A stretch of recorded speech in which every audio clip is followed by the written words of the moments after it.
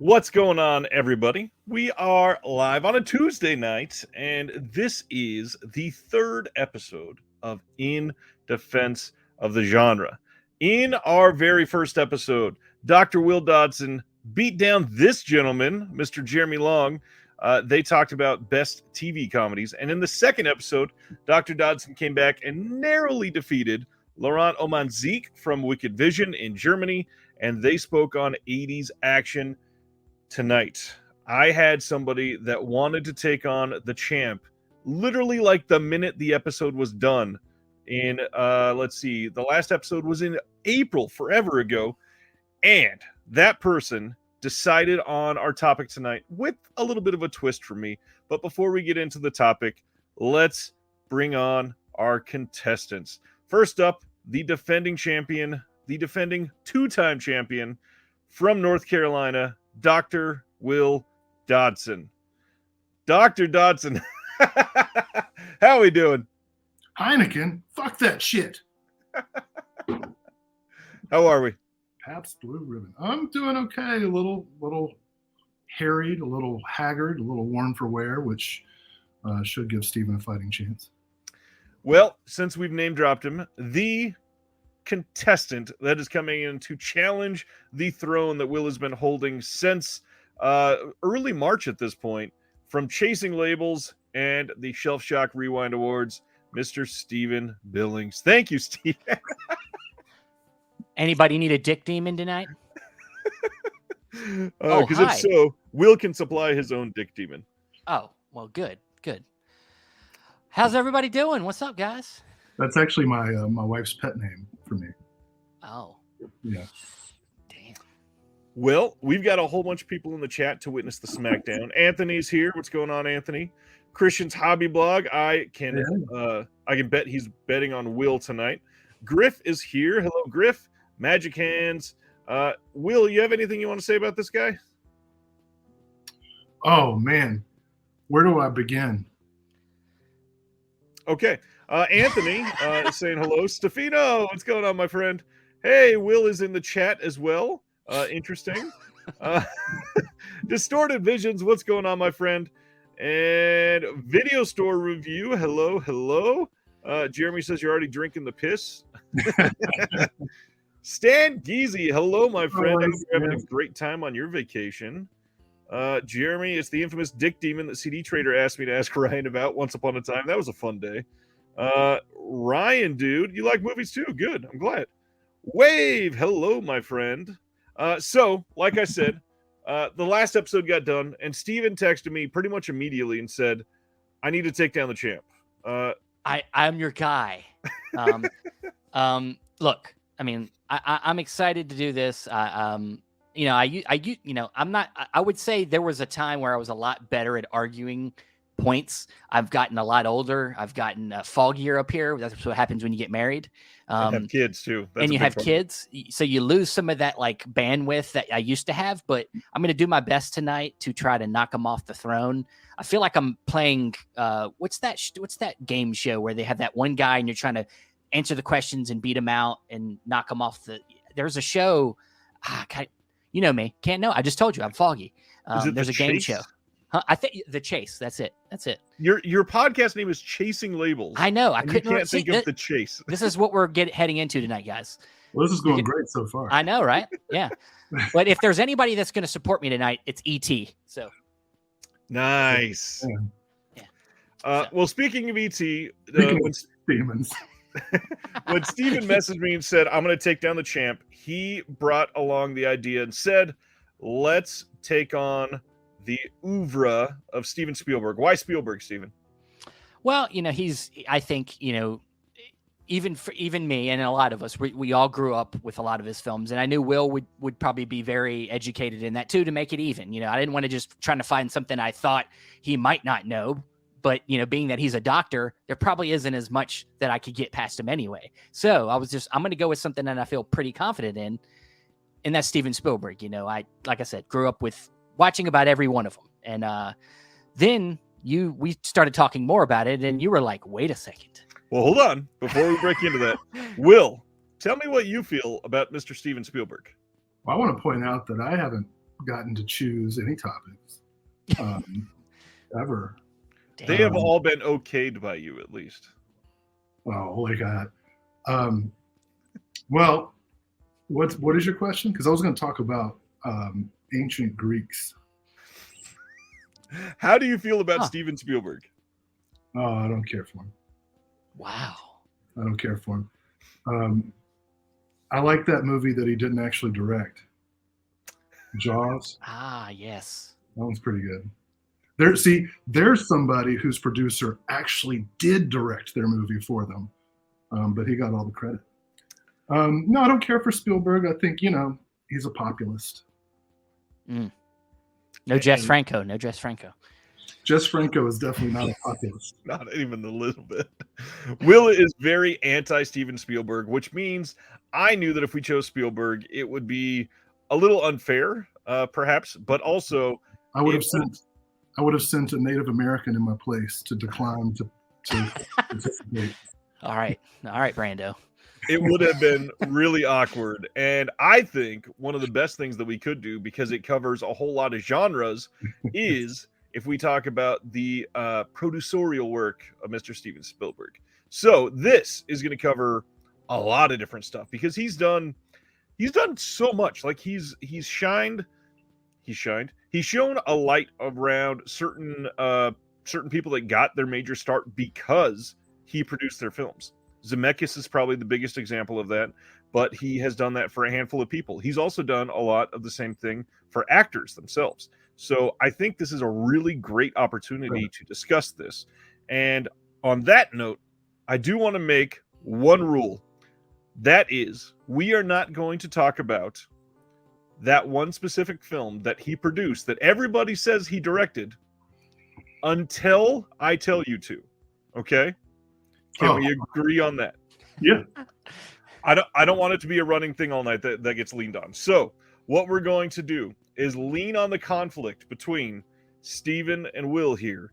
And we are going to, of course, make this chaotic because I had to change the rules again. The first two episodes were great, but they were a little clunky. And I think I've got a perfect setup now. And the way that we did this, so everybody can figure this out at home, is I asked both gentlemen for a list of 12 ranked producer efforts that they could give me from the list of films that Steven Spielberg has produced.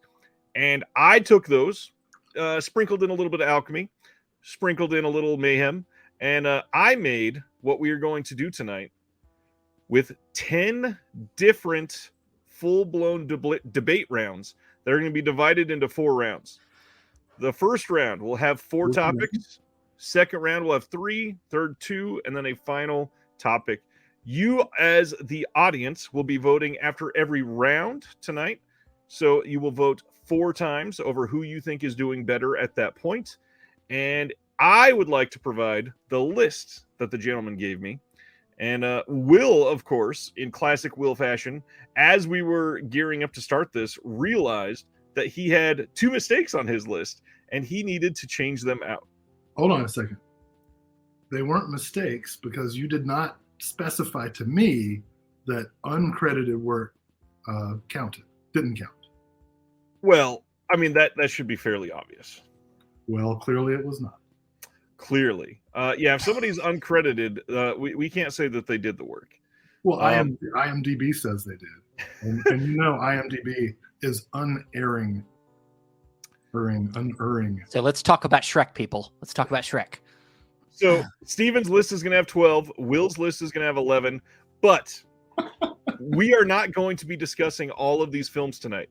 I just want to set this up so you can hear the tastes of your fellow opponent and get ready to discuss this.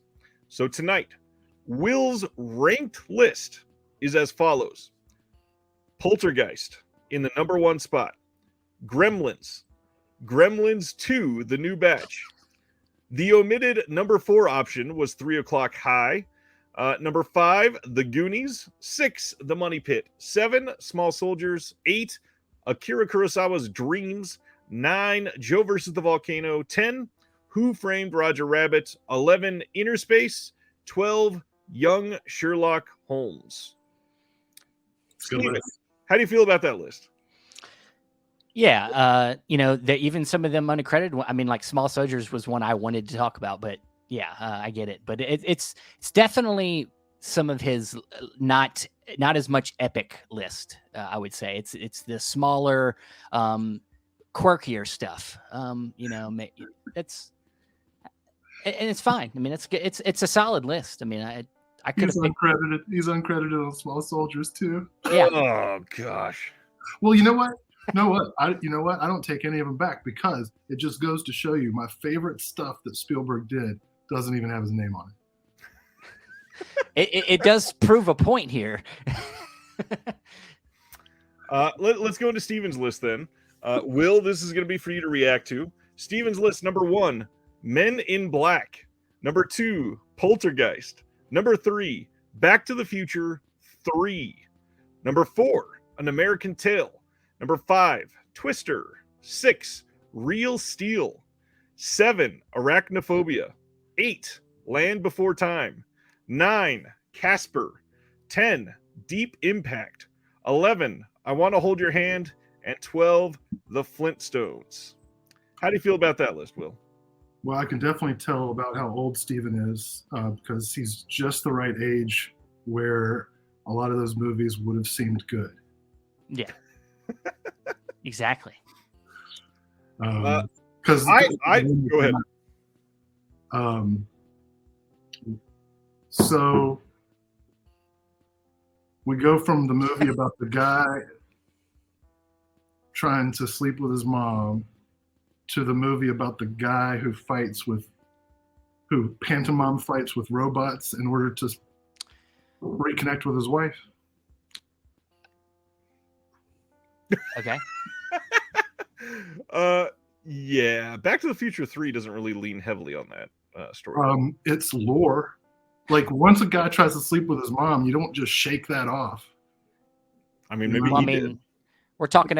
Your list. We're talking about the Possession movie that goes into the Little Critters movie that goes into the Little Critters movie. It's very similar stuff. Yeah. Yeah. Not gonna have to think too hard about them two movies. Yeah, and the guy who makes out with his older brother's girlfriend, and hey, sounds spicy to me. Let's talk about it. Well, I'm a flibberty gibbet. Jerry. Oh, rest in peace, man. I love Jerry Springer. Yeah, no, I love Jerry Springer. Yeah. He was a reflecting pool of culture. All right, so we've got 2 strong lists here, and I will admit that I'm a fan of like a mix of these 2 lists. And there are quite a few from each list that I like. There's a couple on each list that I really don't care for all that much. So I'm very curious how we are going to really defend these. So what we're going to do first, we are going to start with round 1. And round 1 is going to have 4 different genre debates. What you are going to do is you're going to have a film that is from your list, or maybe not from your list, that is assigned to you to discuss against your opponent, and you are going to tell me why it is a better representative of that genre than your opponent's film. Okay, so I still might be getting one of Steven's films and have to defend it? I am going to tell you now, I am not giving you any of your opponent's picks tonight, Okay. unless they were on both lists. So, as the challenger, Steven, you are going to go first in this round. Okay. You are going to be defending the Flintstones against young Sherlock Holmes as the better young adult films. Okay. So when do I start? Now. All right. So the Flintstones, we know this is a popular kids, film, cartoon from the 60s. And with the film, it was a big deal. And when after the first movie came out, big success, made tons of money. You got John Goodman, you got Rick Moranis. These are people that people knew from Roseanne. Rick Moranis was in Ghostbusters. People really loved this. And to see something like this that they saw every time they get up in the morning as kids, to see now on the big screen and with Rick Baker's effects, not Rick Baker, I'm sorry, the Jim Henson Company's puppet effects with the updated CGI that Jurassic Park had brought to the scene. I think you really brought to life that cartoon.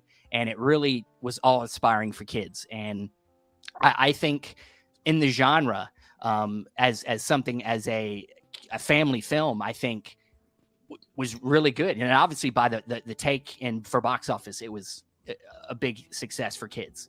And, I just think that the casting was great. The humor was clunky, but that is the show. It's kids humor. It's not going to be, Kyle MacLachlan as the villain was perfect. Halle Berry as his assistant. It really works for kids on this really campy level. And I think it's really good for the family. This is one I think is a little underrated. I think that this should be a lot higher on people's lists. I will point out that this is as far as I'm aware, the only film that Spielberg is a producer under a different name, and that's Steven Spielrock. Yeah. I really wish the sequel would have been better to this, and we would have kept this going a little longer or had some sort of spin-offs. I was a huge fan of the casting in the first one. I think, again, Kyle MacLachlan is the best thing possibly, other than the obvious John Goodman casting that made that first one amazing. Yeah. Will, how do you feel about the Flintstones? It made a lot of money. So Yabba dabba do. Yeah. The thing about the Hanna-Barbera cartoons is that they are generally kind of aimed at the lowest common denominator, and I think that was really true for the film. All right. Well, why don't we start in then on Young Sherlock Holmes? Well, here's a film that's also aimed at a younger audience. Older young children and maybe preteens, and it was made during the days where PG/PG-13 really meant something. A time in your life when you're just starting to kind of awaken to sexuality, to independence, to the idea of like learning and getting excited about knowing stuff that other people don't know, going on adventures. This is back before trampolines had little guards around them to keep kids from doing something stupid. This is back when consequences were real, and playground equipment was made out of metal. And that's exactly the right cultural moment for a film like Young Sherlock Holmes, which, again, aimed at a younger audience, but includes like harrowing sequences where people are, actually killed, and characters have to deal with the emotional fallout of that. The titular character, Young Sherlock Holmes, has to recognize his own fallibility. He gets humbled. He has to learn a degree of humility. The young Watson has to kind of develop his own self-confidence, and there's a lady in it too, who I don't really remember, because during, like, at that point in my age, like, I was starting to awaken to sex and sexuality, but I was really much more interested in the relationship between the male characters, and because they were going through what I was going through. Excellent stinger reveal at the end of the film, which I won't spoil for anyone who hasn't seen it. Some very early CGI work that looks like it was early, but actually is quite well deployed in the film, I think. I think this is one of the better films that Chris Columbus wrote, directed by Barry Levinson during his like solid like diner era days. Very atmospheric, set at a British boarding school. Oh, Stan, I'm just saying that. I'm up here doing sophistry, but Young Sherlock Holmes is a film that I think would translate well to younger generations today as well. I know that there are a lot of naysayers against young Sherlock Holmes. I think that I watched it at the perfect time to make it fit for me, but I could see that if it was a couple years earlier or later, it might not have worked for me. Steven, what do you think of Young Sherlock Holmes? It's it's not quite what I would say is for everybody. It's definitely and even just the Sherlock Holmes character cannot always be translated well for a younger generation. But they're trying to do that more now with like Enola Holmes and stuff. But yeah, it's okay. It's not one of my favorite adaptations of that character. I understand the idea of wanting to do, I think it's good, especially Chris Columbus is known for this, writing scripts that are family films, but they're also talking about adult themes. He does that a lot. A Mrs. Doubtfire is a better version of that, I think, is a better movie that deals with that subject matter, personally. But, Wow. All right. So, young Sherlock Holmes versus the Flintstones. Keep those arguments in mind as we go on to the second genre discussion of tonight. Hold on a second. Can you give an example of a Sherlock Holmes adaptation that you like better? I probably like the British TV show with Martin Freeman and Sherlock. Cumberbatch. Sherlock. Sherlock. Yeah. Wow. Okay. So recency bias. Or recent. No, it's just, I don't honestly. I probably haven't seen all of them. It's also not very recent. It's probably in the last 10 years, but yeah, I mean, it's probably one of my favorites. I've seen some of the Christopher Lee one, which it was fine. But it's not exactly my forte. So I can't talk about all of them, but so I do like the show. No Jeremy Bentham, no Basil Rathbone, none of that stuff. I couldn't talk about them. No. So I'm sorry. That's not an argument to make. Let's go to the second round. The second genre that we're going to discuss tonight, we need to bring a little bit of love to the show. So we're going to be talking about some romance. Will, you are going to be arguing yours first, which is going to be Joe versus the Volcano. Steven, you are going to defend I Want to Hold Your Hand. Will, go right ahead.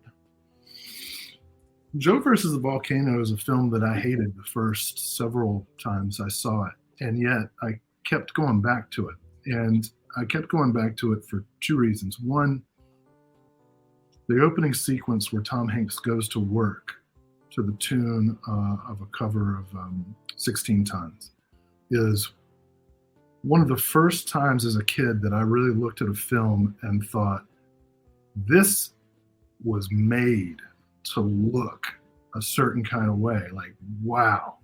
And I can go back to that sequence even now and be so impressed with it.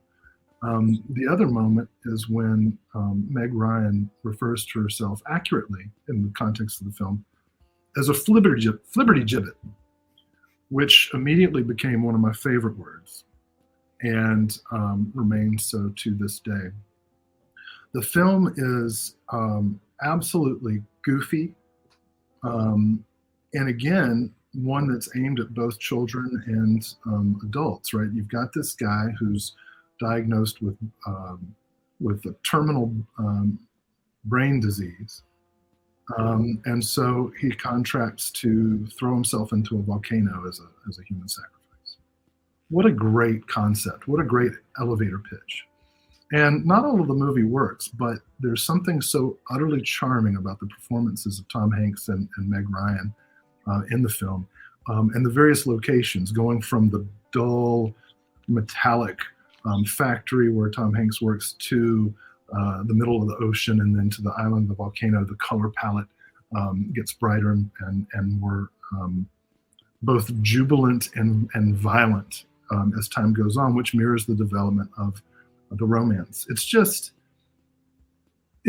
a movie that, and the reason I don't think I liked it at first is because I wasn't ready yet intellectually for it. And as I grew, I began to understand what a good film it was, and what a real authorial statement John Patrick Shanley was making as the writer director. All right, so for Will with Joe versus the Volcano, I like it. It's a pretty good one. It's not one of my favorites, but I understand the pick here. Steven, how do you feel about Joe versus the Volcano? I think I'm a little bit with you. Like, it's an okay film. The idea of somebody being, having some kind of terminal, disease, and then going off to have their kind of journey is something that's been played before. Kiru is one. I know you're going to talk about Kurosawa probably later. Kiru is one. Even Walter Mitty, if you remember the Walter Mitty movie, that's one more of a crisis of midlife crisis type of movie. But that's essentially kind of the same thing in a way. The need to go out and live your life since it might end soon. And so, and we saw Meg Ryan and Tom Hanks together in multiple movies going forward, and they have good chemistry, but you have to be in with that humor, I think, to really like the movie. And it's all right. It's all right. All right, Steven, how about we defend? I want to hold your hand. Well, I don't think it's very hard to, you can't really fight with the idea that everybody, well, maybe not everybody, but most people of that time love the Beatles. And in this story of I Want to Hold My Hand, I Want to Hold Your Hand, these group of girls want to go to this hotel where the Beatles are staying, and they all do all that they can to get there to try to meet the Beatles. And you might want to call it lust, but I think it's love, because the music that they bring, because all you need is love. And throughout the story, you see the lengths that they will go to see this band because they love them so much. Whether it be the girl who, does the typical sneak into the food cart and sneak into the hotel room, or whether it's just trying to sneak by security guards at the hotel, or also this movie I don't know if anybody's seen this film, but if anybody saw Detroit Rock City, that came way later, it's very much plays in that same vein of a group of in this case a group of young girls that will go to whatever lengths to see the people that they want to see. And I think that because this is based in reality, and we know the history of the Beatles, and we know the history of what the craze was, especially when it came to the Ed Sullivan Show, where the Beatles came for the first time to America and played. The craze around that is real. And so in this case, the real love is true love. We know this is real, and in Joe versus the Volcano, that's a fictional story. It's made up. It's not like this where we know this happened. And now this is maybe a fictional story around these characters, but the real craze is real and the real love is there. And I think that, this is Robert Zemeckis' first film, and of course team up with Spielberg. And I think that the work he does in this film to show the love that these group of girls have for the Beatles is like super real. And I just think it's honestly, it's a really just, I think a great first time classic from a director. So I would agree. I think this is an underrated first film from Zemeckis. I'm glad that he put it out. I'm glad that Spielberg saw the talent and decided to back it. Will, how do you feel about I Want to Hold Your Hand? I get all that, but I'm troubled by its version of history. And I'll reference another film that handles a similar story of two people who come together around the birth of the British invasion, the birth of white people rock and roll, by way of illustrating my point. And that's Josh Becker's If I Had a Hammer from 1999, which is a film about the moment in our cultural history where folk music as a space for activism and social change was completely subsumed by the hedonism of rock and roll. Now, rock and roll up until this point had been kind of segregated, right? Because it's a black art form arising out of the blues, and it had only just started to kind of be monetized for white audiences, watered down with bands like Bill Haley and the Comets. So this film, If I Had a Hammer, is set on the night that Elvis appears on the Ed Sullivan Show. And so this young woman folk singer who's idealistic and wants to, create change, and this doofus who just wants to get a girl, and so on. He becomes a rock and roll star. The folk singers get swept away, and she leaves in a huff, kind of realizing that he was never anything of substance. He was just kind of pretending. And that's kind of how I feel about the emotional content in I Want to Hold Your Hand. I feel like it's very surface level. No denying that Zemeckis is a talented filmmaker. I've got a film or two of his on my list, but yeah, that kind of nostalgic rendition of history kind of rubs me the wrong way, because it's just not very true. Well, I mean, we could look at the characters too. If you just want to focus on the characters, there's a character that, she's deciding she wants to get married, but then, sees this moment to go to see the Beatles and chooses her own inner passions over something that maybe she was just getting drugged into, because at that time, getting married was, the thing to do, and, the rest of her friends were off going after their things. The one girl wants to be a news reporter. She wants to get pictures of the Beatles. She's the one that drives the story to that point in the first place. So then you got the girl that is being made to get married, but now she decides that instead of that, she just wants to follow her passions. I think that that's a good thing. You might not like all the things around it as being maybe completely true, but I think we know that typically when things are crazy, they're typically true. We think that history is a lot more, real life is a lot more weird and crazy. So sure, it might be played up a little bit, but that's movies. And I think that there's a lot more there with the characters that makes this a real good love story. So you're probably right. I've never seen it. I never saw Young Sherlock Holmes. So. Oh, you guys are amazing. All right. So that was our second entry in our first round. We're going to move on to our third. This one, we are going to be discussing comedies. Now, obviously, there's a lot to pull from here, but we're going to focus on something in our defense here.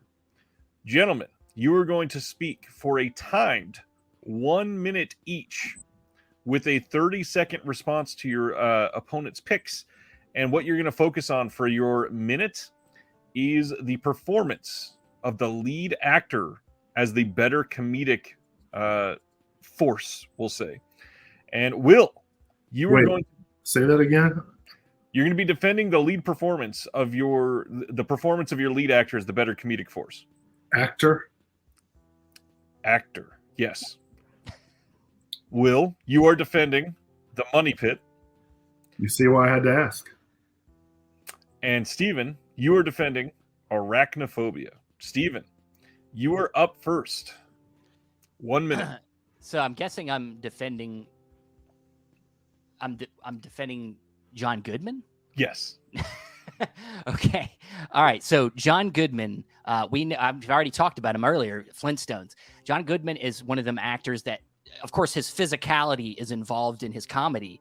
But in this, he has the stupid Terminator outfit. He's got the stupid hat, the big glasses. He's got this curly hair that flows out the sides. He comes in acting like he's some Western gunslinger. He literally has a scene where he sees a spider on a walkway and he shoots at it with his spray, and it won't die. The spider won't die. So he keeps shooting at it, and he gets pissed off and he steps on it.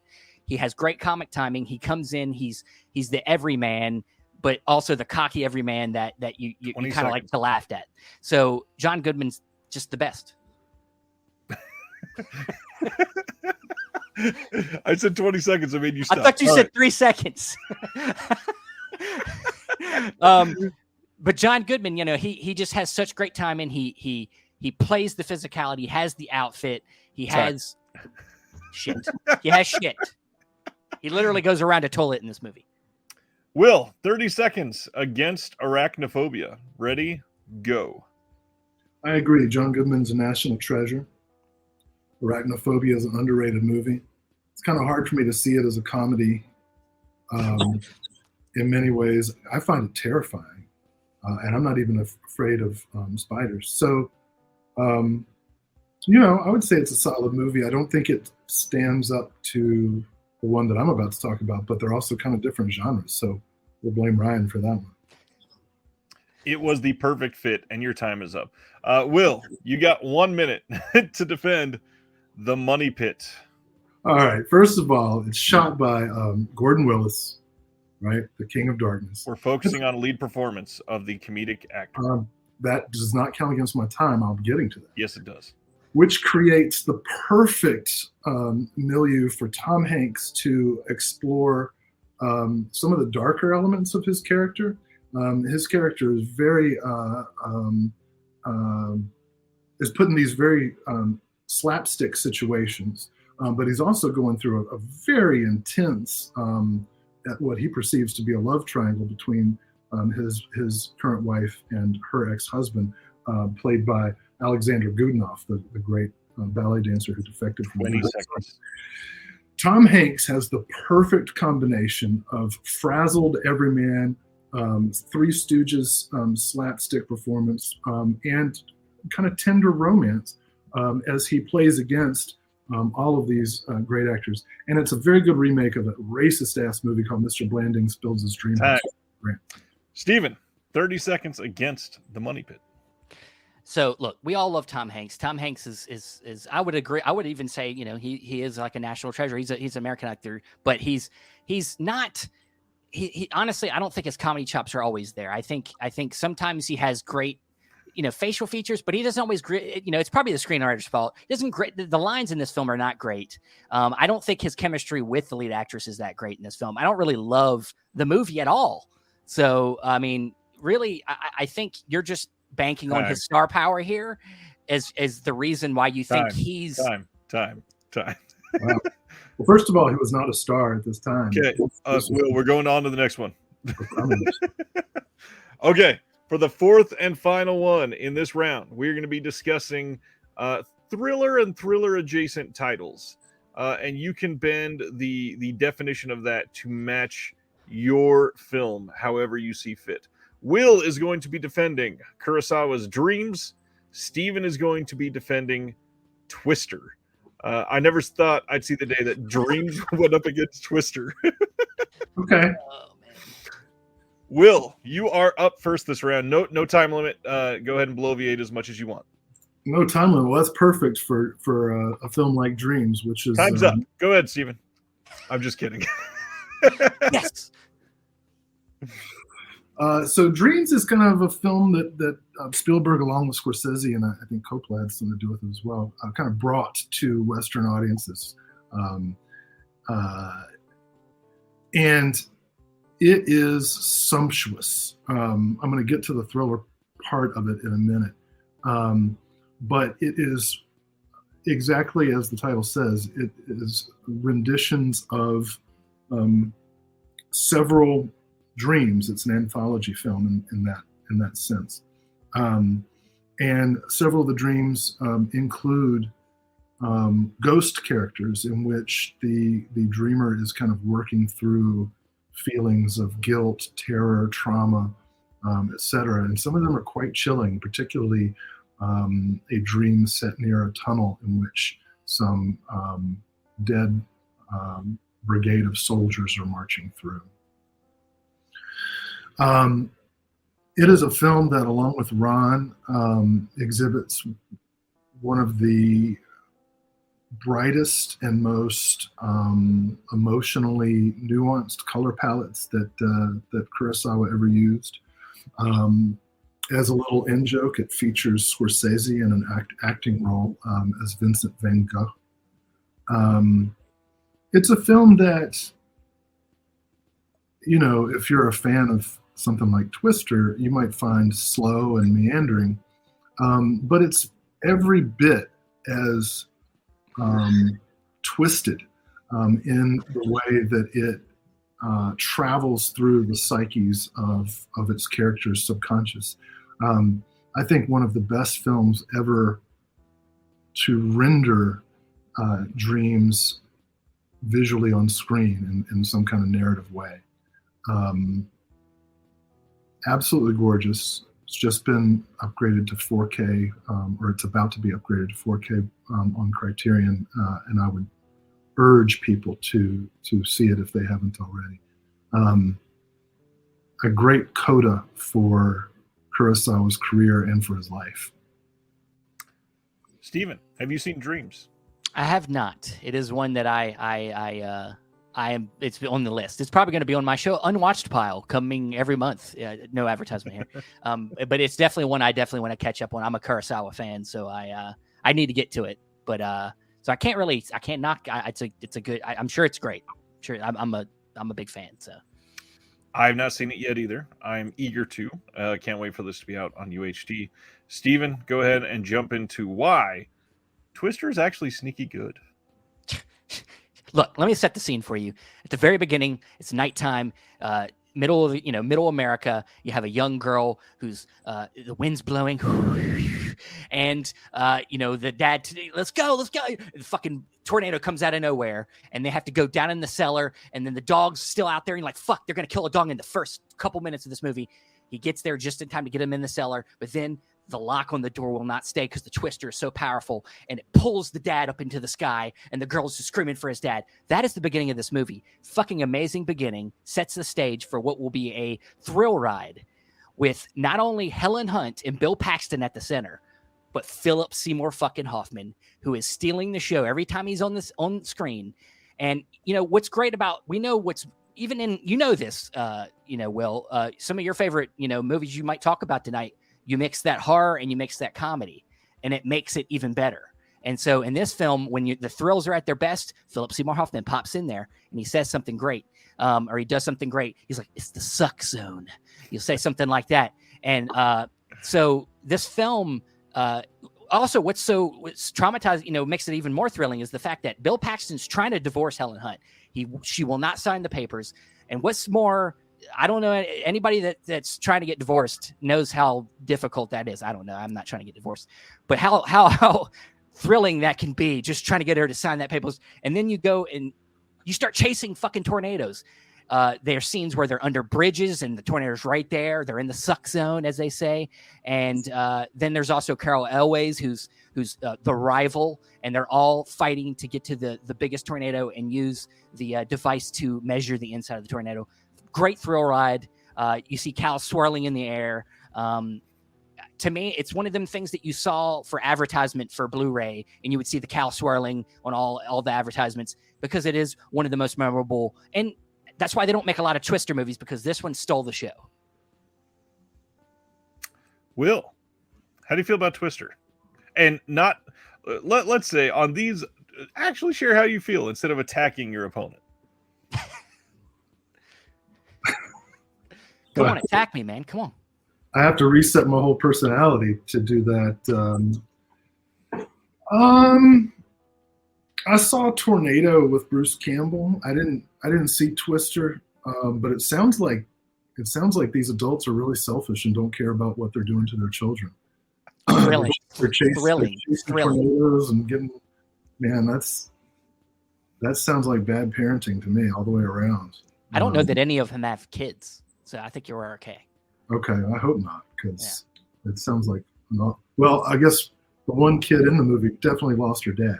Well, that was Helen Hunt as a child. Oh, she's out for revenge to find the big tornado that killed her dad. She's trying to get revenge against a tornado. Yeah. Have you never seen Twister, really, Will?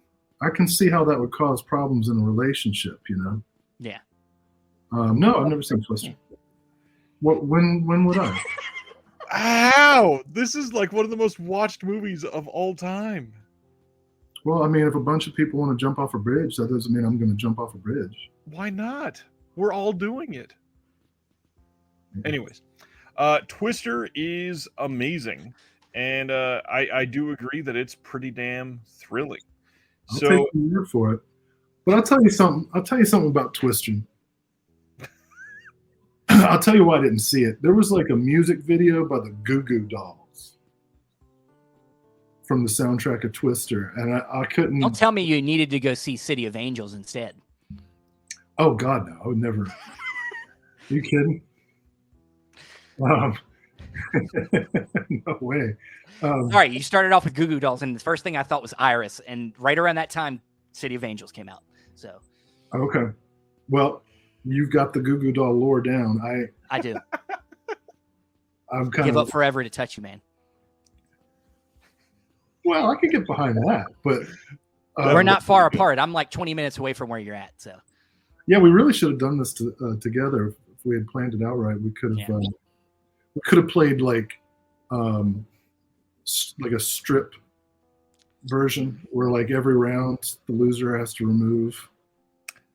Speaking of that, round one is now officially over. We have gone through all four of our initial discussions. Reminder again of what happened. Will defended young Sherlock Holmes against Stephen's The Flintstones. Stephen responded with I Want to Hold Your Hand against Will's Joe versus the Volcano. We discussed not horror, comedy and comedy adjacent with Stephen defending Arachnophobia against Will's The Money Pit. And then Will closed us out defending Dreams against Stephen's Twister.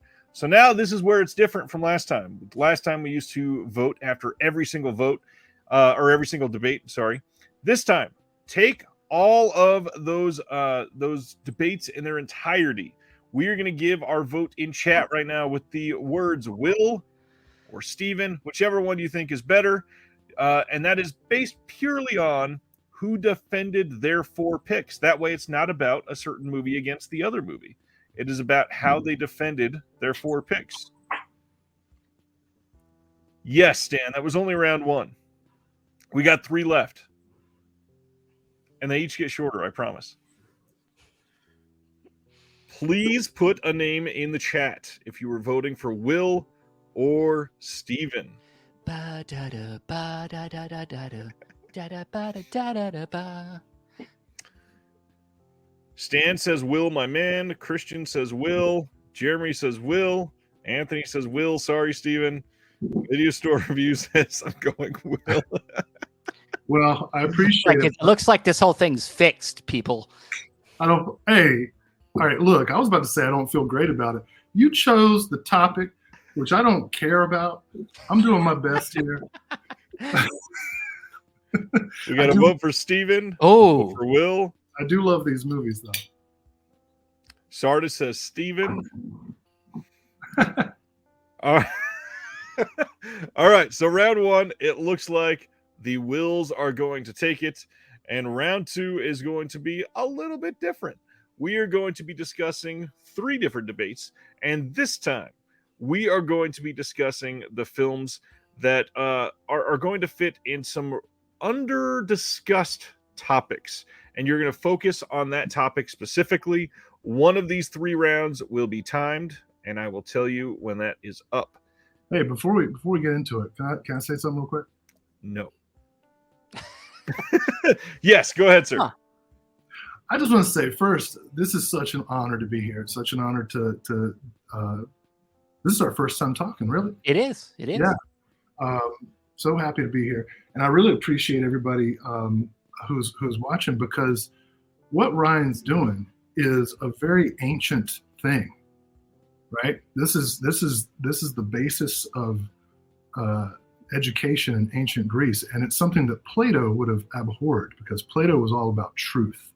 What we're doing is called rhetorical sophistry, right? And what the sophists were like the first college professors, and they would go around to the different polises, polii, and they would offer their services in oration and writing to help people become effective speakers and possibly politicians. And for the sophists, and I'm getting to my point here. For the sophists, it didn't really matter. It didn't really matter what their students' goals were, right? Their job was to teach them how to be effective speakers. The sophists didn't judge whether something was good or bad. But Plato, on the other hand, who was a fascist, had this idea that there was only one universal truth that everybody had to adhere to. And so to give common people the tools to effectively argue against a philosopher like himself was dangerous. And so what I like about this show is that it puts us all in a situation, not just the contestants and guests, but the audience, to to judge these sophistic arguments, and I have lost the room to total boredom. So, in celebration of Kurosawa, my sake. But I will say back, Will, it's great to finally get a talk with you and meet you, and even though we only live 20 minutes from each other, we should have done it already. And this is just we're trying to put on a show, but it's for fun. This is for fun, and I'm trying my best, and I'm going to fight you back. I know Ryan's saying be honest, but I'm going to fight you when I need to fight you. I don't care. This is going to be a fun one because we're going to start with a round that is probably going to get a little spicy on both ends. We're going to go through films that are technical marvels. Will is going to be defending one that he listed as an audible because the one that he had listed in this round was found to be an uncredited Steven Spielberg producerial role. We are going to be bringing in instead Twilight Zone, the movie, and Steven is going to be defending Real Steel. Steven, you can go first in this round, please. So, of course, my film came out pretty recently. It has the advantage of pretty modern technology, where we have probably motion capture going on to play the robot in the story. And of course, Hugh Jackman, and he has his young son that he's trying to bond with. And in the film, they have this robot that they go in and they do basically Rock'em Sock'em Robots with. And so in this film, you really have to do a great job of making us feel like that the action going on between these CGI characters is really happening. Not only does the sound design need to be great, but the visually what we see in this, where the metal has to hit metal, has to look good. And I think they do a great job of making us feel like that this is actually something that's happening in the film. You have sparks happening. You have the rusty, the main robot that they make is all rusted up and everything. They make it look real. And sometimes when you're talking about textures are sometimes hard to get right when we're talking about CGI. But they do a really good job, I think, of compositing this together to make it a really realistic and rustic world. Where these robots are fighting each other. And I think that it makes it when a movie is making you not think about the effects, it's doing its job. And I think that they do that and make you when we talk about this film, we're always talking about how the story relates to a film like Rocky. It's like Rocky with Rock'em Sock'em Robots. Well, we don't think about the effects. We're thinking about the story and the characters because the CGI does its job. To me, that's why this film does its job when it comes to its effects. Will, how do you feel about Real Steel? It's hard to get through because when I watch that Australian song and dance man act like he can fight, I'm just taken out of the movie. But I'm going to take a hard pivot here because one thing that I'll compliment the movie on is indeed its effective use of CGI. And when I talk about the Twilight Zone, I'm actually going to talk about something tragic. As many of you know, the Twilight Zone was marred by a terrible accident on the set of John Landis's segment. Landis and his crew repeatedly, despite many warnings, flew a helicopter that had the actor Vic Morrow and two Vietnamese children too close to an explosion. The helicopter was damaged and the rotors dismembered all three actors. Two children, and Vic Morrow, a great actor, the father of Jennifer Jason Leigh. John Landis was eventually brought up on charges of involuntary manslaughter. There was copious evidence that Landis and his closest collaborators knew that they were breaking rules, and in fact, it was fairly commonplace that safety rules were often ignored. I'm not bringing in Spielberg, Dante, or George Miller, who directed their own segments. They were not part of Landis's segment. Now, when Landis went to trial, 16 directors, including Francis Ford Coppola, Ron Howard, John Huston, George Lucas, Sidney Lumet, and Billy Wilder, all signed a letter in support of John Landis, saying that he should be absolved of any responsibility, of which, again, copious evidence indicates that he knew he was taking huge risks with Vic Morrow and 2 children, who, by the way, were working illegally past the allotted hours that child actors are allowed to work. Now, why am I saying this when I'm supposed to defend a film produced by Spielberg? And that is because, and this is the most complimentary thing you'll ever hear me say about Spielberg. Spielberg not only did not sign that letter, but said in a 1983 interview during the trial, and I pulled up the exact quote because I don't want to mess it up, "No movie is worth dying for. I think people are standing up much more now than ever before to producers and directors who ask too much. If something isn't safe, it's the right and responsibility of every actor or crew member to yell, 'Cut.'"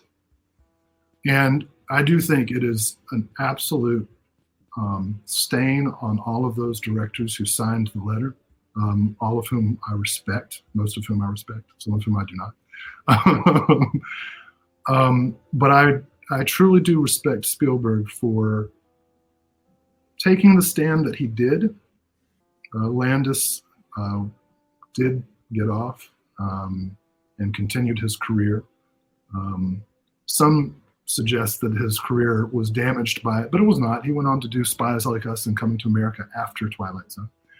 So Twilight Zone is on my list as a replacement for a film that I actually liked, but was uncredited. I do like the way most of Twilight Zone turned out, but the behind-the-scenes integrity that Spielberg indicated or exhibited, I should say, is why I will defend the movie, and why I appreciate why something like Real Steel does not put Mr. Jackman, who has very soft hands, into any real danger as he tries to impress his boy with his feat of fake fighting. Well, they're pacifists. They're not actually fighting each other. They're fighting robots. I mean, it's the future, man. Why do we need to fight each other? I got to tell you, and this is not part of the argument but when that movie came out, I couldn't help but think of that show on Comedy Central that lasted for a couple seasons where people would build these BattleBots. I was like, is this BattleBots the movie? And no, it turns out it's like Over the Top and Kramer versus Kramer, right? It's like, what's the Norm Macdonald joke? What was Kramer versus Kramer missing? Oh yeah, arm wrestling. Over the Top. And now you got Kramer versus Kramer, but it's robot sock'em, rock'em sock'em. Steven, how do you feel about Twilight Zone, the movie? It's an anthology film that, some of the films are better than the others. The Spielberg segment's okay. I to be honest, it's not one of my favorite, things. I'm not a huge fan of I like the Twilight Zone show, but the movie, it's fine. That was an interesting take on the entire round. I'm glad that it was as copacetic as it could have been there. The next one, we are going to do our timed round, and we're going to talk about why you are defending the better intro to horror for a young adolescent. Will, you are defending Gremlins. Steven, you're defending Casper. Will, you can go first. You have 1 minute to defend Gremlins. Ready? Go. Gremlins is a film that, again, and this is one of the films that led to the creation of PG-13 as a rating. This is a film that recognizes what kids are, which is mean, spiteful, and violent at the same time that they are cute and delightful and innocent, right? Kids are both of those things at all times. And really, the dichotomy of the Mogwai and the Gremlins is quite representative of the yin and yang of children. This was 20 seconds. This was a Christmas movie whose lead actress explains that the reason she doesn't celebrate Christmas is because her father died and rotted in a chimney. And that's awesome. That's a great way for a kid to get into Christmas movies. And there's a gremlin in a microwave. Jesus. Perfect kids movie. Perfect. Steven, you got a minute to defend Casper as the better intro to horror. Ready, begin.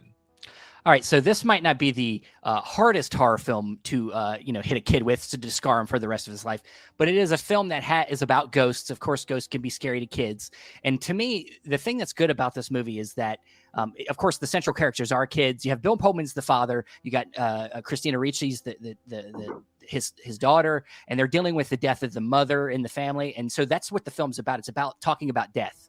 And so Casper's character comes in, of course, as somebody that's already died, that's been left in this house. He's bullied by these 3 other ghosts in the house.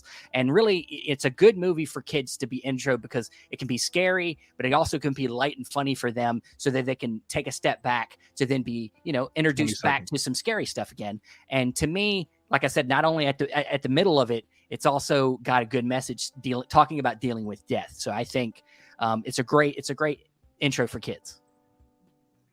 If you want them to be weak. Will, you got 30 seconds against Casper. What do you got? Well, the thing about Gremlins and it is that it introduces kids to death how it really is, which is awful and sad and with no possibility of ever talking to them again.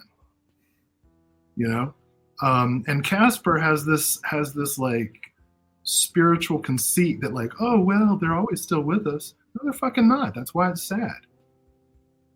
And I just think it's a disingenuous movie. Steven, 30 seconds against Gremlins. Well, we obviously know the thing about Gremlins is it's manipulative. I mean, it literally wraps itself as a Christmas movie with a furry creature and then tricks everybody into watching it thinking it's going to be a kid's movie and then, caused everybody to be upset. I'm not saying that that's not cool, but I'm saying as a real introduction for kids that's not really good for them. They don't need to be tricked. They need to be told straight. You're saying it's straight. It's actually a trick. You're not really, showing it how it is. So to me, you need to be honest with their storytelling and show them what it is. The microwave showed how it was. So I got to say, both of these surprisingly good cast, which we did not talk about at all. Dick Miller, incredible in Gremlins. And then, of course, in Casper, like kind of everybody is. Clint Eastwood's in it. He's in it for like a second. I didn't even get into Phoebe. He shows Cates. Up in for like a second. Yeah, Phoebe Cates is a big point for Gremlins there. When Zach Gilligan, this was the one role he did before like going full Andy Sedaris. And I just love that. I love that a future Andy Sedaris actor is the lead for Gremlins. All right, solid debate there. And to end round 2, we've got a fun one because this is a very it's very philosophical as the way we're going to debate this. We got to talk about Plato again. Is that Galligan? What did I say his name was? I think you said Galligan. Yeah. Nice. We are going to go for which of these two is the most nostalgic. So it's a very objective choice here. Steven, you're going to be defending The Land Before Time. Will, you're defending Who Framed Roger Rabbit. Oh, okay. All right. Well, all right. Steven, you are up first. Wait. Point of order. Nostalgic for whom? However you wanted to debate, my friend. You said this is timed? Nope, this one is free. Okay.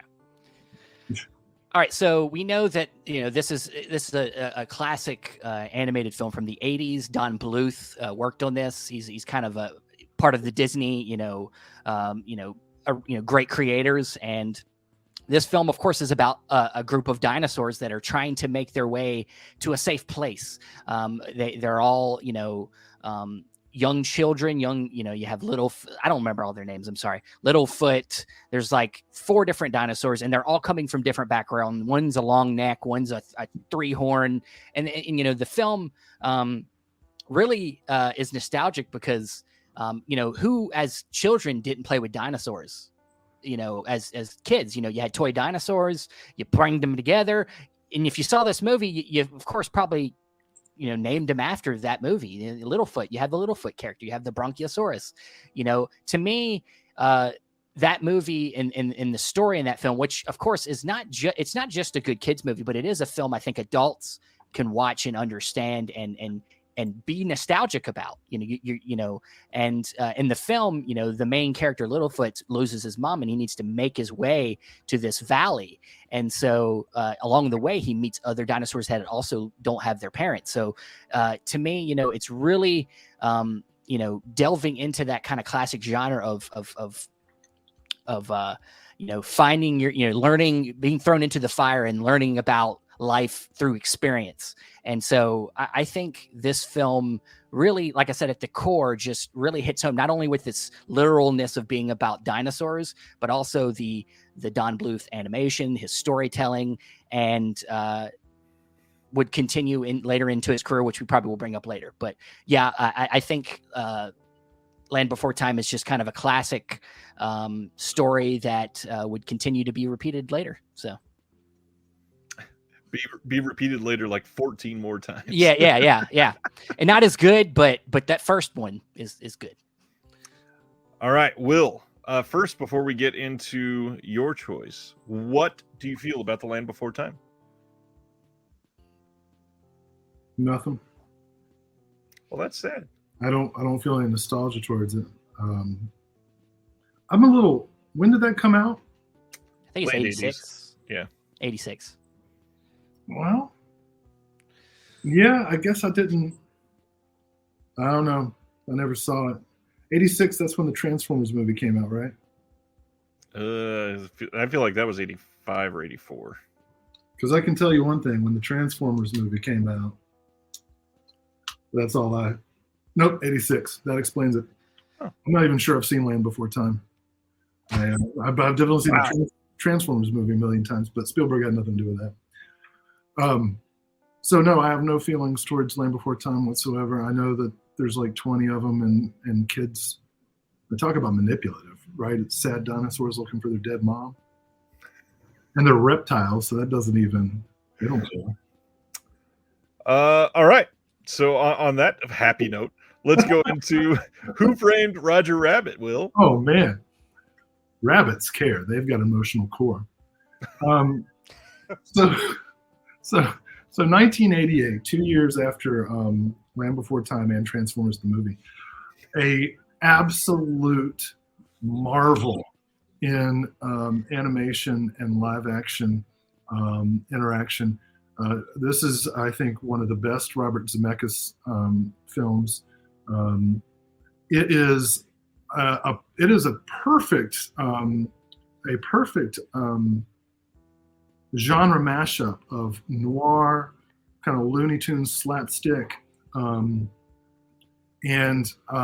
horror. Really, at the end, Christopher Lloyd's evil Toon character at the end is freaking hard. Like, I'm thinking of it right now and getting that feeling again. So we talk about nostalgia. Oh my gosh, all of the feelings that I had as a 10-year-old. I was 10 when it came out. You've got Jessica Rabbit as a very unhealthy depiction of idealized white European womanhood. Yet nevertheless, for a 10-year-old, it's like, oh my God, things are happening. You've got these in-jokes that adults can appreciate, but kids can recognize too, with all the like Disney and Warner Brothers Looney Tunes interactions, and other cartoon characters. And then you've got the story, the quintessential noir story, with a femme fatale, a clueless male lead who occasionally stumbles into competence, and a gumshoe played by Bob Hoskins in one of his greatest performances. I say unreservedly, for a man mostly known for deep, dark, and layered dramas. He really brought that gravitas to the role, and I think he made Roger Rabbit come together in a way that it wouldn't have if they had gotten a comedic actor to do it. He really inhabited that noir atmosphere. So the concept of going to Toontown, the different physics and rules of engagement, the mystery story, the noirish mystery story, the violence associated with it. You've got the cartoon violence that kids already were kind of inured to with Looney Tunes and Disney, mixed with actual repercussions of violence in the real world that kind of took it to a darker place. As far as the question of nostalgia goes, this is a film that really could take the generation of Gen X and Millennial back to a place where they were really awakening to a whole lot of things at once. I just love Who Framed Roger Rabbit, not to mention the fact that it's a technical marvel and deserves to be taught in every introductory film course in the country. Nay, the world. Steven, how do you feel about Who Framed Roger Rabbit? I mean, it's probably one of my favorite Zemeckis films. I can't really fight it. It's a pretty good. I mean, I love film noir. The film noir aspect is great. I do think the movie's, of course, even for its time, it's being nostalgic because it's nostalgic about the animated characters that it owns, which in a way kind of makes it a marketing machine type of movie. It's all about marketing these things that are already popular. If I want to fight anything negative against it, but but I do like the movie. I can't fight it. It's a cool movie. So. Just like that, we have come to the end of round 2, and not to. Let's take a vote before I say anything because I don't want to sway any scales. Let's go into this round 2. We had the technical marvels pick as Will defended the Twilight Zone the movie against Steven's pick of Real Steel. For intro to horror films, Steven defended Casper against Will's pick of Gremlins, and as you just witnessed, most nostalgic, Will defended Who Framed Roger Rabbit, and Steven defended The Land Before Time.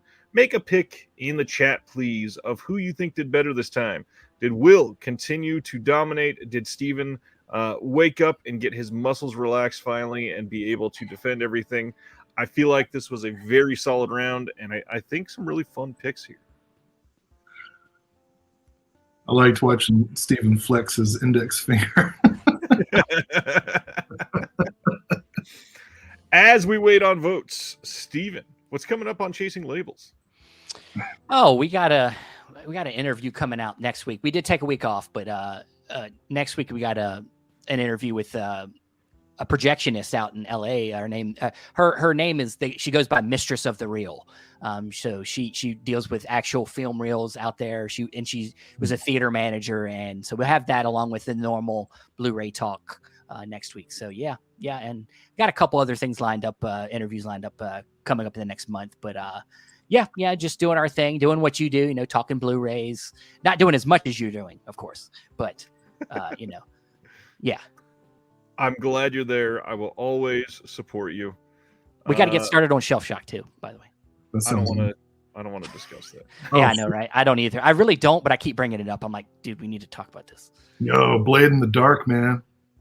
Packaging. I'm telling you. All right. Whatever. Shelf Shock. Funny enough. Whatever. Fucking. Sorry to intrude. Funny enough, we were at a dead heat, I believe. Okay, I'm going to go through this. 1 for Steve, 1 for Will, 2 for Steve, 2 for Will, 3 for Will, 3 for Steve, 4 for Will, 5 for Will, 4 for Steve, 5 for Steve, and a 6th vote for Will. Is that it? Wow. Will is up by 1 because of Sardis. After Sardis has been insulting Will. You know what? That's okay. I appreciate however anybody votes. I appreciate that everybody's watching. It's debate is a very subjective thing, and I don't take any of it personally. I agree. We're only going to make it worse for the final 2 rounds. But first, I did kind of want to say that whole last round, I I honestly think Bob Hoskins might be the star performer of the entire night.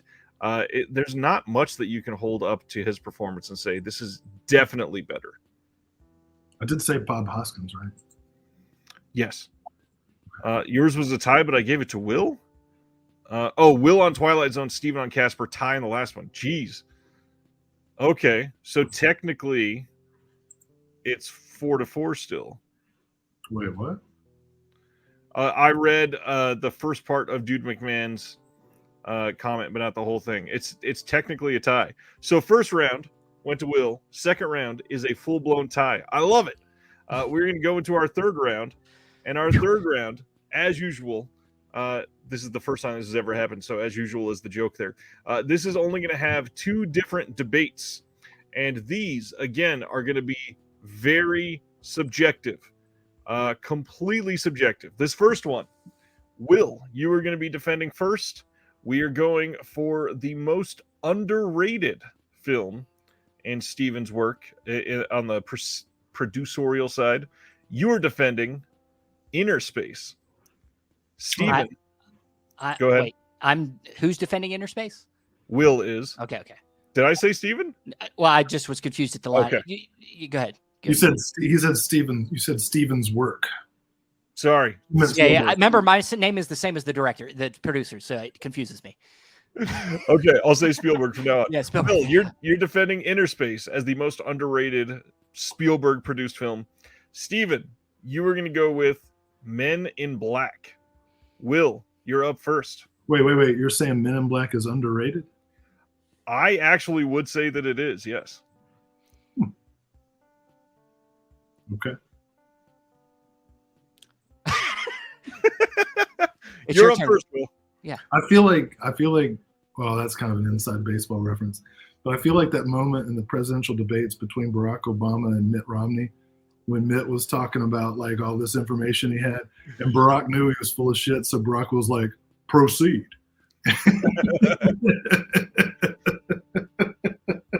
I mean, I would actually say that it is a very underrated film, to be quite honest. Well, to be clear, I'm casting myself as Obama in this scenario. Oh, we understood. And Steve is Mitt Romney. Great. Hey, man, you got integrity. You stood up. You stood up and said, "Yeah, politicians have integrity." Okay, all right. Carry on. Go ahead, Will. What am I talking about? Inner Space. Oh, man. Best remake of Fantastic Voyage ever. What a great concept. The idea of Dennis Quaid getting shrunk down and injected into the ass of Martin Short. Right? Like, again, what an elevator pitch. This has it all. It's got international intrigue, like action, spy stuff. It's got peak Meg Ryan, like shortish haircut Meg Ryan. It's got peak Martin Short physical comedy, like the face, rubber facial expressions, elastic body. Really, like the stuff that Jim Carrey does. Like Martin Short does not get enough credit for Jim Carrey, honestly. So this, I think, is Martin Short's best performance. Dennis Quaid at his most charming. I mean, every time that man smiles in the movie, I'm like, what's my sexuality again? I'm not sure, and I'm happy about it. I'm happy to think about these feelings I'm having. This is 1987, so I was 11 years old. No, I was 9 years old. So it was like the best. I was hearing the occasional curse word and watching like this action and seeing some things that I was like, oh, this makes me feel tingly, while at the same time really enjoying the slapstick that I understood at that age. But it's a movie that ages really, really well, because as with most Dante movies, you go back to it and you see all of the bits of business on the edges of the frame. You catch more and more of the wordplay. You start to recognize the technique and the frenetic editing, the really great practical special effects. We've talked a lot about CGI but we haven't talked about practical effects. And Joe Dante is a master.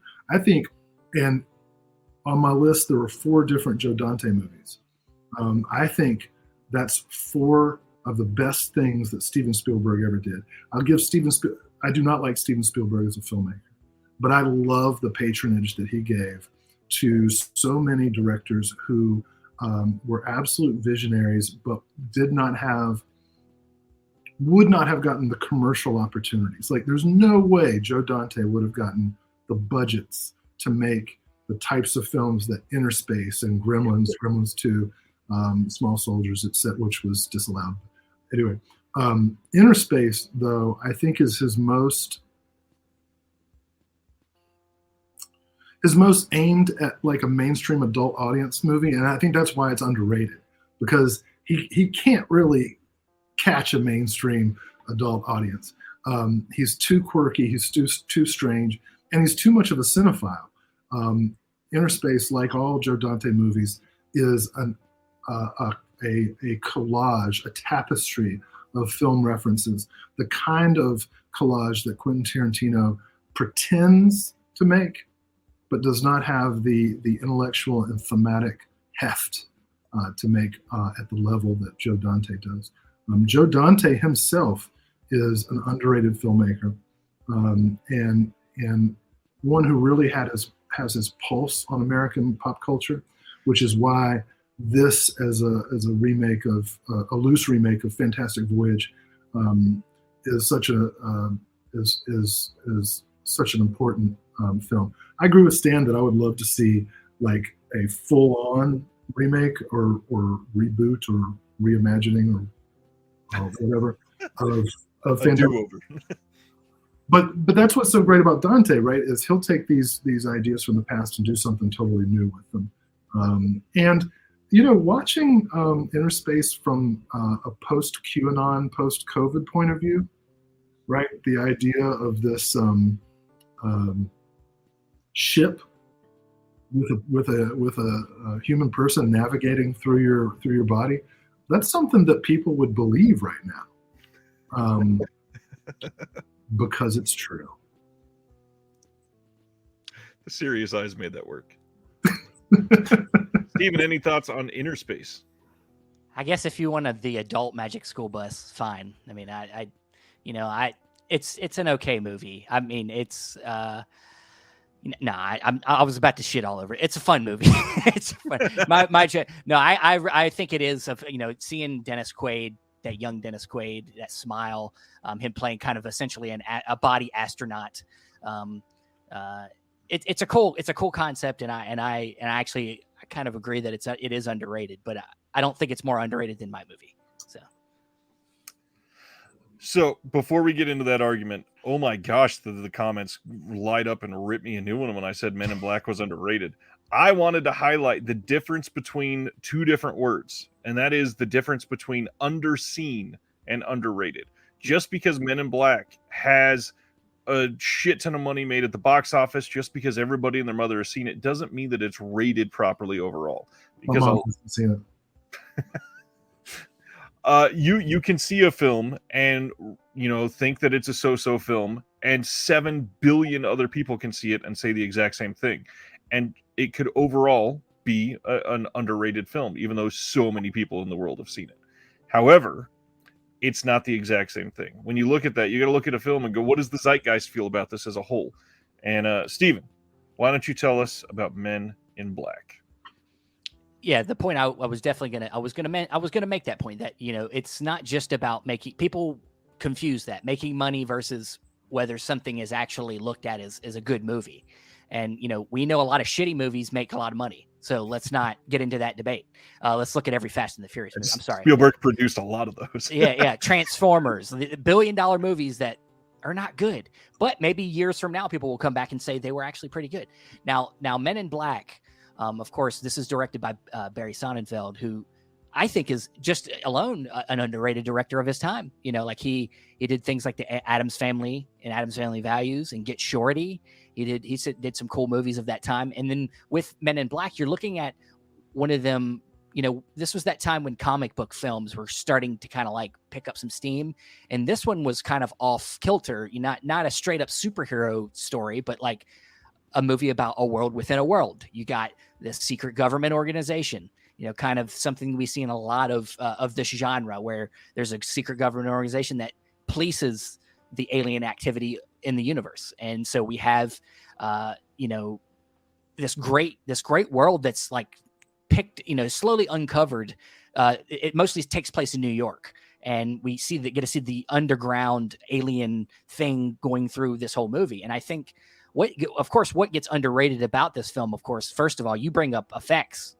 Rick Baker it's to me one of his better films, and I think it gets lost because it is such it has a popularity to it that it gets lost that it's one of his best works. I mean, you all the different alien designs and makeup work that they do, specifically, of course, with Vincent D'Onofrio, who is the main villain of the story. He plays a cockroach alien, and it's one of the, it's one of them things I remember about the movie the most, where, that whole scene when he first gets introduced and he comes up to the house and he's like, "I want water with sugar," he really like does an amazing job. His skin is loose. It's like it's really like it's a meat suit, and that's the work of Rick Baker doing a great job of somehow getting Vincent D'Onofrio's facial features in this suit, but also making it look like it's out of this world. Like it's great.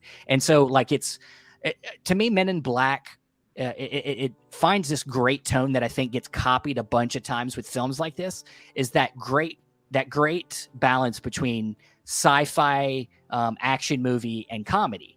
We did have films throughout this time that were action comedies, but not with that sci-fi twist so much. And so I think that this movie did set a standard for that really well. And yes, the main performances are fantastic. You got Tommy Lee Jones, who is being directed to play it straight. Looking into this movie, he wanted to play it more comical, but the director was like, "No, you have to play it straight because Will Smith's going to come in with the comedy." And it really ended up, making the movie. And I think that that's one of the other things that get lost about the movie as well, is the chemistry there that they built. Of course, went on to make 2 more sequels. It's a successful, if it wasn't for this movie being what it is, it would 3 sequels. I just forget about that one because it doesn't have the two main actors in it. Wasn't there a series too? There might have been an animated series as well. But it's, to me, you can. I'm probably going to lose this argument because they're not going to agree with the idea that it's underrated. But I do believe it is underrated because it is something that we take for granted. We look at it, it made a lot of money, but it did a lot of things at the time, and it looks fantastic still. It's something like Jurassic Park, where you go back and you look at it and you're like, it still looks amazing. This film does the same thing. It has a lot of great effects. You got, little cameos. You got Tony Shalhoub, who's this alien who's at a pawn shop that you blow his head off and then it grows back. Great comedy bit that gets used throughout the series. And just, like I said, it's got so many great little characters. It's got, the talking dog. That's great. And the way they do the talking dog is way better than they do talking dogs in a lot of movies today, where it looks really fake. And to me, this movie and Little Nicky does it fantastic. Does it the right way. It looks great. So, to me, this might be a controversial pick, but I think it's the right pick as an underrated movie. Will. I agree. It reminds me of Little Nicky too. Look, I didn't say the movie reminds me of Little Nicky. Don't twist my words. Look, I don't. It's not your fault, but Men in Black was nominated for 3 Oscars, won 1 for Rick Baker. It won. So now we're saying the Oscars mean something? Oh, this is my time. It won 3 Saturn Awards, 3 sequels, and an animated series. My point is, sure, we take it for granted, fine, but we don't. It's not underrated. The fact that it's taken for granted indicates that it is suffused into the culture and has tons of and influenced special effects and influenced films that came after it. Whereas on the other hand, what was I talking about? Inner Space. He doesn't even care about the movie he was talking about. Well, you swept me away with what you were saying. Which means that my argument was probably better because it was actually captivating. No, I was trying to follow it. It was difficult, but okay. Inner Space was this moment in time that happened, and it did not, make a ton of money. It certainly didn't get any sequels or lead to additional work for Joe Dante. But you go back and look at it, and it's like, wow, this movie really said something about the 80s. It really brought together all these cultural strains from the 50s, 60s, and 70s into the 80s. And it was a total innovator in practical special effects. So, Men in Black is fine for what it was. I saw it in the theater when it came out, and I was totally amused. But it just doesn't have the level of substance to return to. It just doesn't.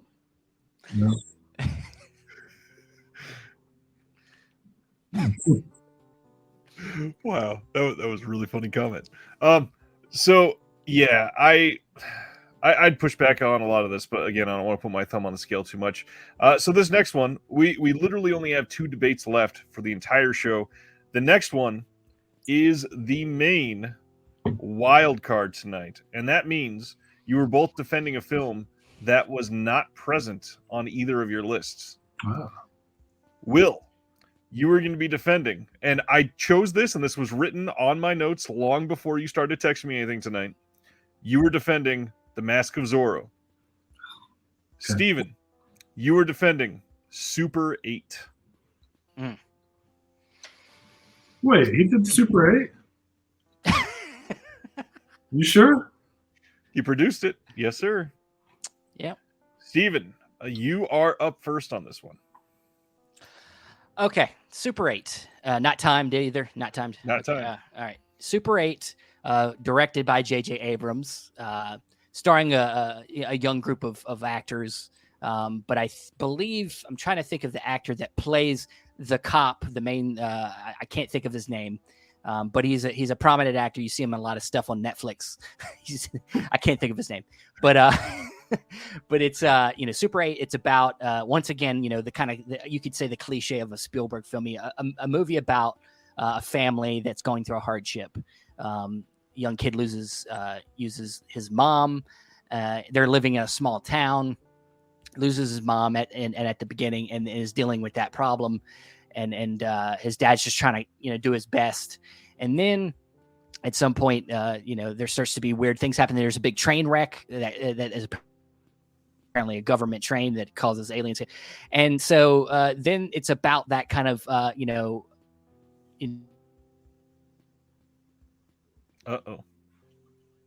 I win by default.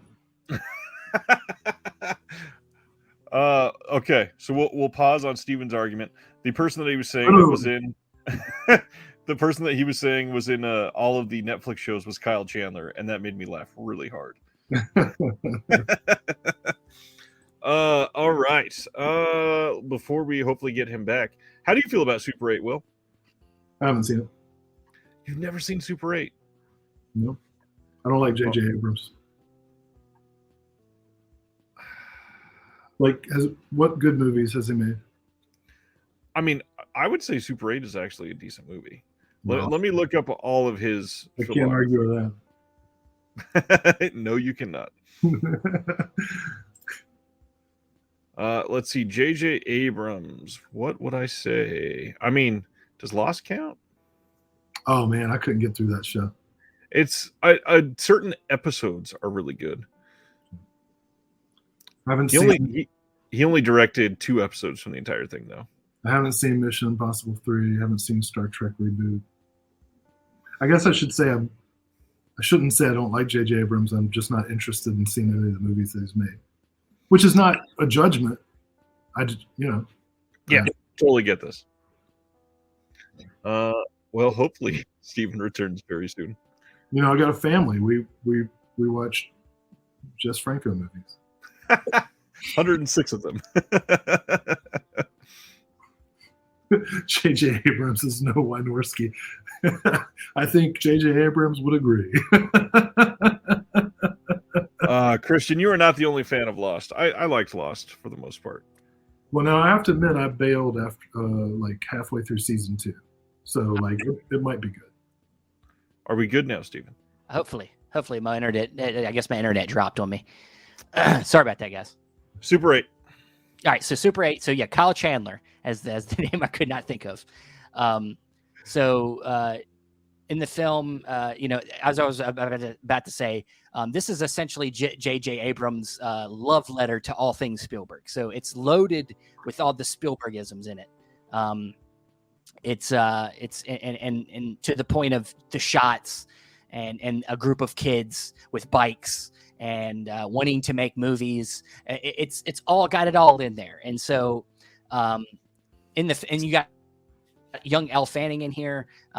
She's great. And J.J. Abrams really takes it to the nth degree to show that he can't make a movie that's original at all. But this film with Super 8, I think for a nostalgic piece, it's a really fun movie. It's a really slick. It really kind of goes to that E.T. route where you have, I don't want to spoil the whole movie, but the alien comes and it's more than what it seems. And I think it has real genuine emotion amongst the friends in the group and also the father. It's not kind of that straight up like the father, Kyle Chandler's character is just like giving him a hard time and he's wrong, but it's really genuine. They're both hurting. And I didn't fake that. That was not me. Just no. It's a film that I think out of all of Abrams' films, it's one of the more underrated ones. Though it is very much just giving you essentially an Amblin movie. But I do think that it's a watch that I think I can go back to many times. And that's Super 8. All right. I keep confusing it with that party movie. What was the party movie? Party movie. Super Bad? No. The one. It was like a found footage movie. Project X. X. Yeah. Yeah, I keep hearing Super 8 and thinking Project X. Weird. I don't know. Huh. I wonder if they came out around the time and they shared some marketing or something. Aren't they both point of view movies? Or am I wrong? No, Super 8 is not found footage. No. Oh, okay. All right, Will, you're going to hit us on The Mask of Zorro. All right. Well, this is going to be difficult. That's the point. So, and what am I trying to do? Just defend the movie as a Spielberg produced film. And I'm saying it's better and more important than Super 8? Yep. Oh, okay. No problem. 4 words. Antonio Banderas. It's barely 1.5 words. 1.5 words. Antonio Banderas, Catherine Zeta-Jones. That's hyphenated. That's 4 words.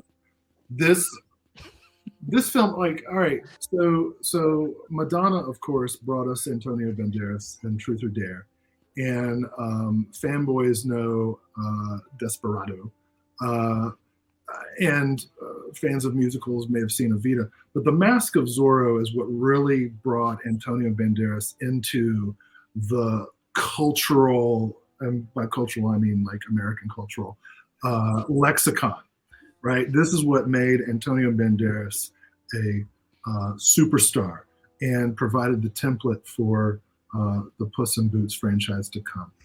Not only that, but this really was the film that introduced mainstream America to just how hot Catherine Zeta-Jones is. And I don't say that like in a like patriarchal sexist kind of way. I say that in a, like any human, any living creature on Earth or in the stars above, looking at Catherine Zeta-Jones in this film and a few films coming after it, like Entrapment and so on, is like, oh my God, that human being is what the perfection looks like.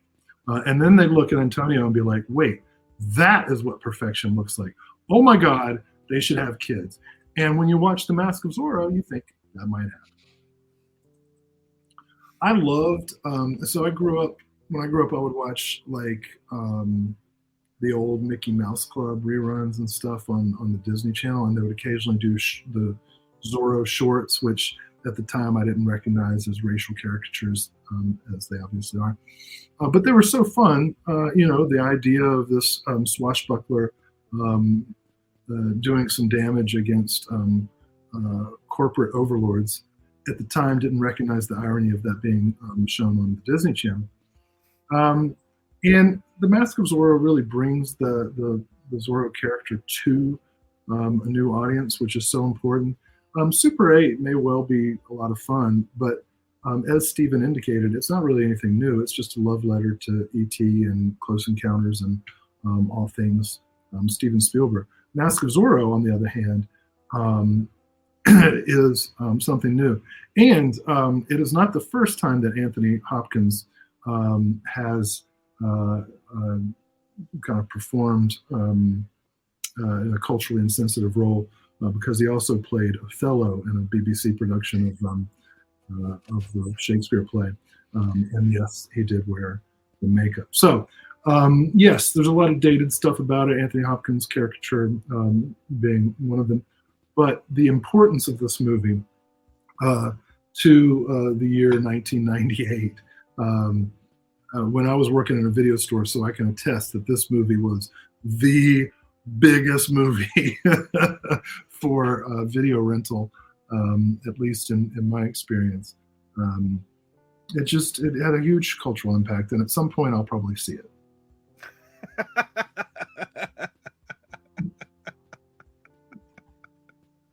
Steven, any thoughts on the Mask of Zorro? He said everything I would have said. It's a fine movie. It might have had some cultural impact. I would debate that. Robert Rodriguez's Desperado might have introduced him a little bit better to the culture. I know it was an indie film, but at the time the indie scene was a big deal. And Tarantino's in the film. With Super 8, if you want to clap back about it, these movies came out at two different times. And for a lot of people at the time when Super 8 came out, Spielberg was not as big of a deal to younger audiences. For younger audiences, he's the guy that made Jurassic Park maybe, but anything he was doing current was not on anybody's radar. He was doing a lot more period movies, a lot more dramas. And for somebody to come back and remind people of what Spielberg was really like popular about is important. It's important to remind people sometimes with films that previous filmmakers that maybe have not have strayed away from their normalcy did some really great things, and I think with Super 8 it is a true love letter to him, and I think that's what makes it a better film in this argument. So it's a good argument. That's a good argument. That's a good argument for why inner space is important. Let's go into the debate before Will says anything else, and then we will come back and discuss all of those together. Reminder, in this third round, we had Will defending Inner Space against Steven's Men in Black, and Steven defending Super 8 against Will's The Mask of Zorro. Please put a name in the chat as soon as you can on who defended better in round 3, just for those two debates. Let me know what you think. I asked Steven last time, Will, you got anything coming up or that you just did that you might want to tell everybody about? I just appeared on They Live by Film, a discussion about Bruno Mattei. I talk with Chris about Mattei's career and Hell of the Living Dead and Rat's Night of Terror specifically. Coming up later this year, there are going to be not one but 2 books about Wes Craven coming out. And I have essays in each of those, one on The Hills Have Eyes Part 2 and one on his 5 television films.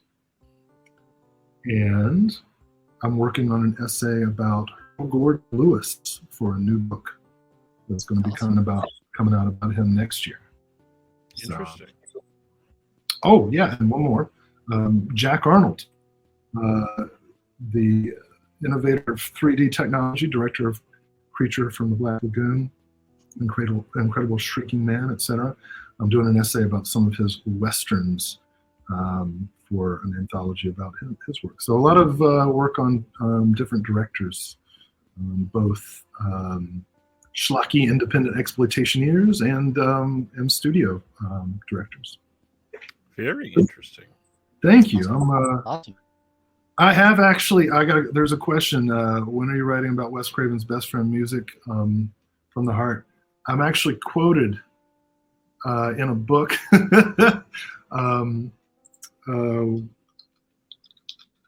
It's on the University of Mississippi Press, and it was edited by what's his name? Shannon Bleak Skelton, and he did an interview with me that he included in the introduction where I talk about how music from the heart fits into Wes Craven's career. So it's only about a paragraph, but it counts. All right, running through some votes, we've got 1 for Steven, 1 for Will, 2 for Steven, 3 for Steven, 4 for Steven, Wow. 2 for Will, 5 for Steven, 3 for Will. Let's see. I believe that is all of them. Steven, congratulations. So going into the last round, we have Will with 1 round, Steven with 1 round, and 1 round at a tie. So this is in a dead heat, literally. We do have one more question for Will. Is Summer of Fear worth it? It is. All right. Cool. Gentlemen, this has been a blast. Before we go into the last round, I just want to share this has been a lot of fun, and I feel like this might be the actual format moving forward, considering I've workshopped 3 of them. I was gonna say this is flowing nice. It's flowing nice. I like it. Good. And there's no repeated talks of any films. I've got everything in there, and I still got to throw some chaos in. Awesome. All right. We are going into our final round, and I simply want to hear 2 people sharing the stage discussing why Poltergeist is the absolute best film ever produced by Steven Spielberg, specifically based on his evident contributions to the film. And now I would Okay, I got it. now is the perfect time to have everybody discuss why Tobe Hooper clearly directed this film, and it should never even be up for debate. There's not going to be any set aside Steven talks, then Will talks. Let's just all have a discussion about how great Poltergeist is and how great Tobe Hooper directed this film. Anybody want to speak up first? Obviously, Will does. I was gonna say this sounds like a Will question. Go ahead, Will. No, I mean, I was actually going to say, let's pour one out for some of the movies that didn't make the cut, like Gremlins 2, the new batch, and We're gonna bring a couple of those up afterwards. I promise. Oh, this isn't the final. This is the final debate, but we're still going to talk. We're going to hang out after for a minute. Well, it depends on how it goes.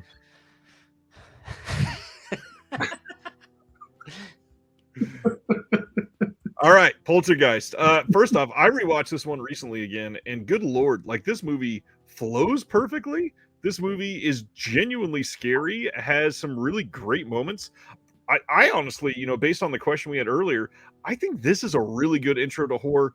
Probably a little step up compared to Casper, Yeah. but this is a really good entry level horror. Yeah. Yeah. You go ahead, Steve. Well, I was gonna say, yeah. I mean, and I think the one thing that we, as I've mentioned in discussion, all of this stuff, is that what Spielberg does really great is gets the family life thing down, and I think anytime you can make it more personal, it causes you to get comfortable, so that when the scares get there, they really can be effective. And I think that's, what Tobe Hooper does really well for this movie is that he knows how to make the film he knows how to make you feel comfortable and then take that all away. I think that's really what maybe Spielberg doesn't provide, and I think he provides that a little bit of that fun family stuff. But I think that Tobe Hooper brings is really brings the tension of the moments, especially when they're looking for the young girl and they can't find her, and that's the stuff that I think really Tobe Hooper brings to the story. But yeah, I mean, it's a great It is. I think it is a good entryway for somebody that's trying to get into something a little harder. The story is not overly complicated, but it's also got some it's got somewhat of a mythology behind it. But yeah, I mean, please, Will, elaborate more. You're deep into Tobe Hooper, so. Yeah, I think so. Just going into that original question of what we think Spielberg brought to the production. The first and most important answer is money. Yep. Yeah.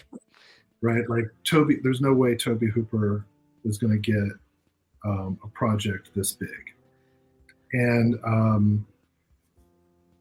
that gave Hooper an opportunity to really get his vision on the screen. As far as the fact that the film was kind of co-written in collaboration by Hooper and Spielberg is really important because this is a film that really is more suburban than Hooper's general films. Hooper's films tend to focus on working class and lower middle class people, but this is set in the signature Spielberg locale, right? Upper middle class suburbanites in the Midwest and Southwest. On burial grounds. Yeah. And one thing that I'll give Spielberg credit for is the fact that Hooper had a much darker vision of the suburbs than Spielberg. Spielberg's a very nostalgic filmmaker. It's one of the reasons I don't like him that much. Because it doesn't appeal to me. Like I don't dislike other people for liking Spielberg. It's just that his kind of nostalgia for the suburbs doesn't appeal to me. I grew up in the middle of nowhere, surrounded by trailer parks. I don't know what that kind of money feels like. So I have I look back on that kind of childhood and I'm like, fuck these kids and their problems, Hey, So, I grew up in a trailer park too. So yeah. And it's still okay to like Spielberg, even if you don't necessarily have that same experience. But for me, I carry a lot of resentment, and I don't blame Spielberg for that. Anyway, my point was I give Spielberg a lot of credit for not undercutting Hooper's kind of dark vision of the suburbs, undercutting the kind of darkness at the heart of the family, the sort of not sexless marriage, but beginning to kind of grow apart, in terms of intimacy. I love the total ineffectualness of Craig T. Nelson as a patriarch. Like everything he does, he's stymied, and by the end of the movie, he's just kind of standing there in the way. Like the most active thing he does is move the TV out of the hotel room at the end, right? The mom does all of the active stuff to bring, save the family and keep things going.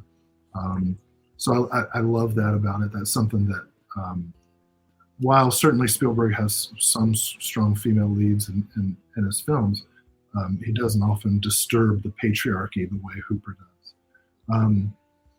A lot of people have for various reasons claimed that Spielberg ghost directed this movie, but anyone who would say that or believe it clearly has not watched the movie and hasn't watched any other Hooper movies. That's what I was going to say. Well, I was going to say, I think very much it's a Hooper directed movie, but I think where the influence is more on ideas, some fears. I know a lot of when it came to some of the fear elements of the story, whether it be the clown or the trees, the scene where the trees kind of creep in, them are things that all came from Spielberg's kind of own fears that he kind of threw in there. And of course, one of the other main things was some of the casting. The casting was some of that was decided by, was helped decided by Spielberg, of course, because he's the money guy, has a lot of influence on that.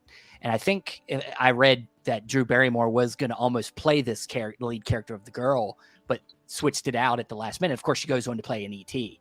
And, but that, if we'd had Drew Barrymore in this role, it might not have been quite the same vibe.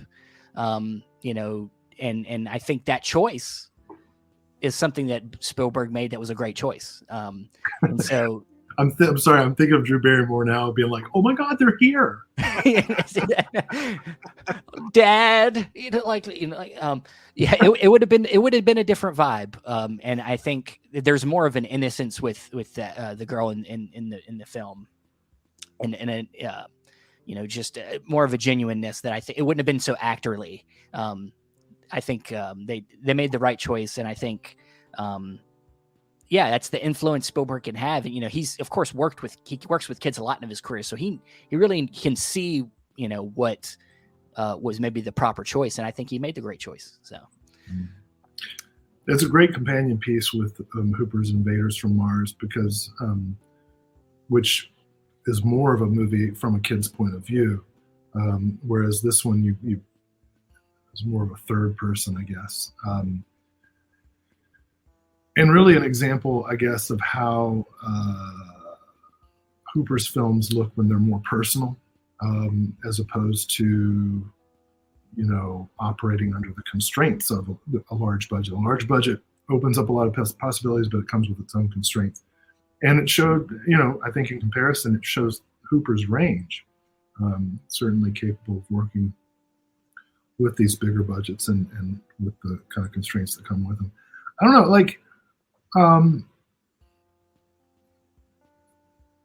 know, Ryan's right. This isn't really a debate. For real, I shouldn't say real, but for knowledgeable fans of film, Poltergeist is a quintessential Tobe Hooper movie, and a really cool interaction of Hooper's kind of post-Vietnam malaise and darkness infecting the sunny materialistic success of the suburbs, right? Like it's such a pointed sequence early in the film when you look at all the shit that's in the kids' rooms, Star Wars branded stuff, and just how tied into their material consumership that they are, like everybody else on their block. The sequences of the neighbors fighting over the remote control signal they're not just funny, but they're also like they're the Reagan era dick swinging contests, right? Like who's got the better car, who's got the bigger TV, who's got the more powerful remote control signal, who's watching the more popular television show. I think that the difference between Poltergeist and a typical Steven Spielberg movie is just how deep into the darkness it goes. I will say one of the things I've always shared is that this film to me feels like the eeriness of a Tobe Hooper script invaded an Amblin suburb, and I just love that feeling throughout. One thing I did want to throw out too is a couple names that haven't been said yet. JoBeth Williams and Craig T. Nelson, I think might be like one of the best couples in a film ever.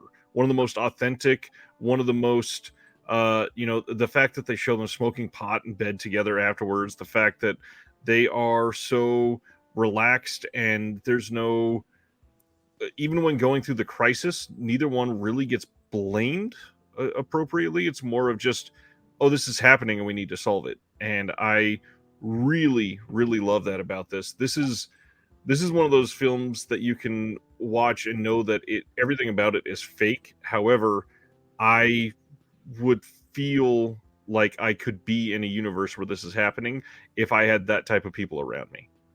And of course, we can't forget about Zelda Rubinstein, who shows up in this. Very much a cult figure that, at the time, of course, this was early on, but it's now looking back, you're like, God damn it, she had to be in this movie. Like, it was a great choice to have her in there to be kind of a guide through some of the supernatural stuff that's happening. Yeah, I mean, it's I think it's undeniable that this is a Tobe Hooper movie, but I do think that we're talking about the influence that Spielberg had, that I think that they offset each other really well, and made the correct choices working together to make this a really great horror film. They balanced it out really well, and it would have been interesting to see Tobe Hooper's full version if he didn't have Spielberg there, to see what would have been taken out, would have been, his choices. But speaking of, we got a question. Sibner wants to know, do we think not having Spielberg produce might have helped in some way? If it was potentially secure it more as a Hooper-styled film, if he had not had as big of a budget, would it have come off as more of a grittier take? I mean, maybe, but the special effects situation, I don't know. I was going to say, I think that Spielberg's, knowledge of effects at the time were probably a big deal for Hooper to shoot some of that. I mean, I know Hooper had done some kind of, he did like an alligator movie, like he'd done some things with effects. Yeah. One was a crocodile. Crocodile, yeah, Well, but also, I don't think it necessarily would have been set in the suburbs in quite the same way. Yeah. Right. Yeah, I think that's definitely a Spielberg thing. And I think, yeah, I mean, he's definitely got a big influence. He has an influence on this movie, but I do think Hooper is definitely, unfairly taken away from this, because it has some of them elements of most Spielberg movies. So, yeah. But and this movie too is much more in tune with Hooper's politics than Spielberg's kind of an apolitical filmmaker. Yeah. Right? Yep. Outside of most recent films. Well, but I mean, outside of some historically specific films like Schindler's List and Munich. But he doesn't really do films about like contemporary politics, right? Yeah. His moral, milquetoast. Yeah, is very safe moralizing, right? Like but I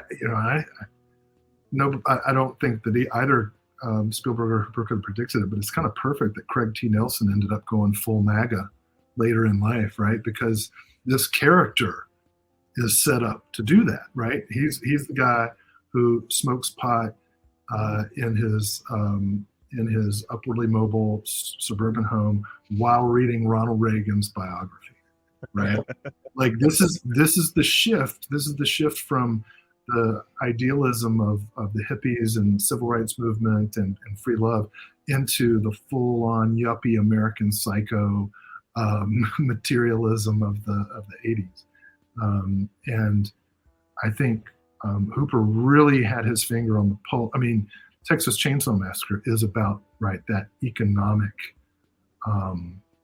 decline at the heart of post-Vietnam America. And he took that sensibility into the 80s, into Poltergeist, and mashed it into Steven Spielberg's nostalgia and exposed what is underneath all nostalgia, right? Which is essentially our brain's way of kind of protecting us from bad memories. Dude McMahon says, speaking of memories, I grew up in an old city neighborhood and thought that suburban dystopia with 1,000 identical homes was the scariest part of the movie, and completely agree there.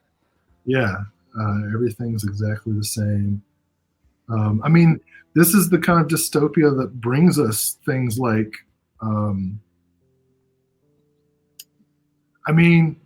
this is where Jackass ultimately comes from, right?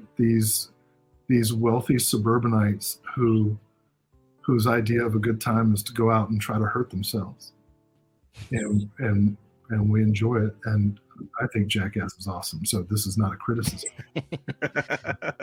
but culturally, that's what it comes from, right? It comes from suburban softness and security, right? The reason it's funny is that it's these suburban kids getting hurt. Like some kids who grew up like in a coal town doing that shit, that wouldn't be funny at all, because they've grown up around that kind of hardship. But watching these soft ass little skateboarders fall out of shopping carts, that's suburbia right there. Well, and to make it super timely and not to bring the mood down, but we're facing that right now in our culture, because some people are getting put on blast because they are posting memes about 4 billionaires and 1 millionaire getting imploded under the ocean. And it's literally the exact same sort of thing. It's people are feeling less humane about it because they're so detached from society. And yeah, it's just 5 billionaires, so who cares? Yeah, it's really sad. Like I get why people would be like, why are we paying so much attention to these 5 people and not the millions of people who are starving to death all over the world? Right. I get that, but you can still be sad for those. At least 4 of the 5 people you can be sad for. You know what I mean? Yeah. And you can still have room to criticize the media and care about everybody else. But most of the people who are talking shit about those, who are like, oh, why do we pay attention to the billionaires and we don't pay attention to anybody else? Well, they're not paying attention to anybody. They're just getting on Twitter and being like, no, you're wrong. Go do something. Go do something. Go hashtag your Instagram. Wow, what a catchphrase for the night. Okay, so now that we have discussed our final round, we're going to do our final vote in just a minute. First, we're going to go over some real quick thoughts over all the films that we did not debate tonight.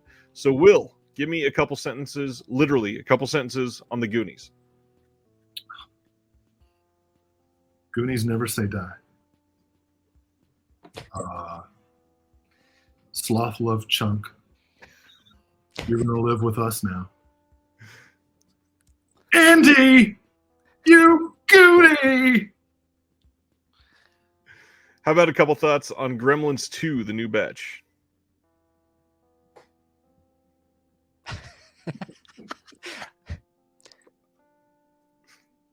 That's you. Will? Me? Yes, yeah. You're the only one that had it on your list. Gremlins 2. I was thinking of more Goonies lines. Well, I think the consensus on Gremlins 2, the new batch, is that it's truly Joe Dante's best film, in that he went for Baroque. Everything is in there with no consideration of how a popular audience might receive it. It is the ultimate Looney Tunes film, even more ultimate than the Looney Tunes film that he made. Gremlins 2, the new batch, is the unfettered id of the Gremlins taken to its ultimate extreme. It is chaos as cinema, and thus brilliant. All right. Last one from you, Will. Even though we had to disqualify it, why are people sleeping on 3 O'Clock High? Oh, dude. 2 words. Richard Tyson. His performance as the new kid in school who turns out to be an awful bully is so special, so nuanced, that most people don't realize it, because they see him and they think bad guy all the way. But in fact, and he portrays this solely with his eyes, Tyson's character comes into school as the new guy and is absolutely scared, right? He's coming into this huge new school. He knows no one. He knows that he's going to be immediately sought out because of his size and physique, and harassed as a result. And when in fact he is approached by the nerdy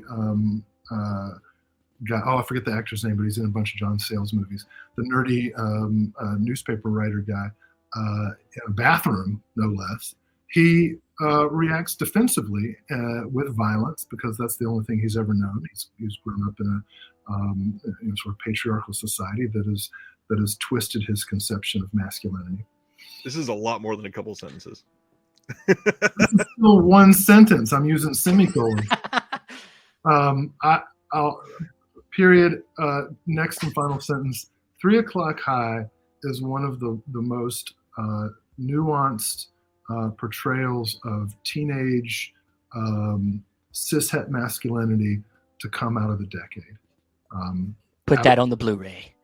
Yes. It is so damn good, and it's out from Shout Select, still available. Go get it. That movie is sorely underwatched. Love it. Steven, you're going to close this out. I'm going to toss you out a few titles. Give me a couple thoughts. Back to the Future 3. That's an odd choice out of the 3 for a lot of people. I figured it, and the thing is, I love the whole franchise. I love the first, probably if I had to pick what is probably my absolute favorite, I'd pick the first one, and I love the second one, but there's something about the third one for me when I'm thinking about ones that I kind of go back to a lot. I think I just really love the added sense of adventure that film has because of the Western backdrop. Yeah. It takes that, of course these movies kind of repeat themselves, a lot of the same in jokes, a lot of the same things.